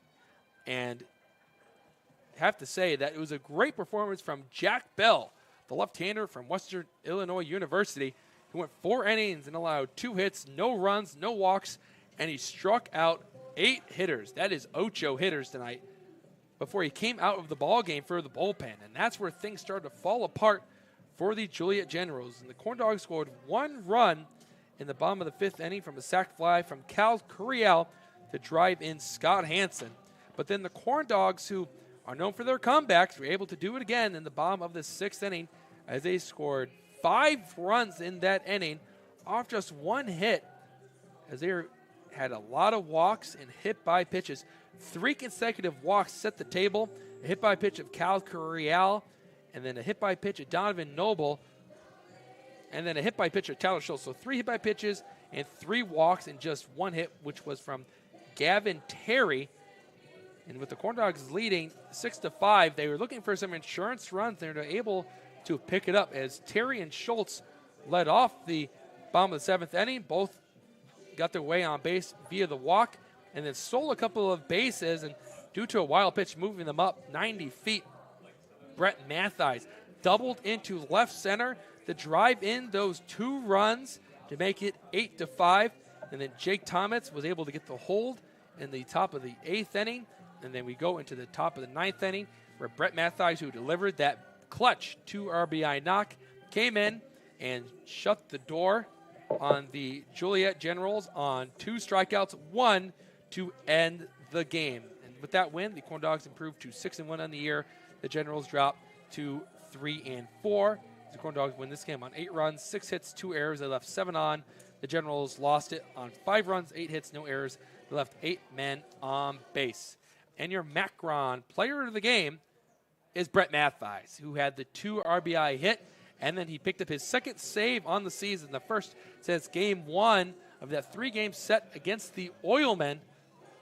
So he got the player of the game, and then the play of the game, which goes to Gavin Terry in center field, who's battling the lights all night, and after allowing one to drop in front of him for a double, he was able to find one going to his left. He spun the hips, sprinted for it, showcasing his speed, laid out, and made the great catch to prevent a run from scoring. And that's going to do it here from Legacy Field in Crown Point, Indiana. Again, another good luck to the Lake Central Indians and the Crown Point Bulldogs tomorrow, who will meet at 10:30. If you guys are looking for a good baseball game to attend, that'd be a good one, as the Corndogs do have tomorrow off. We'll be back here on Sunday against the Southland Vikings. For Noel Ferry, I'm Andrew Mild. Thank you for tuning in, and we hope to see you guys on Sunday. Again, your Corndogs win it 8-5. They're red hot in that 6th straight.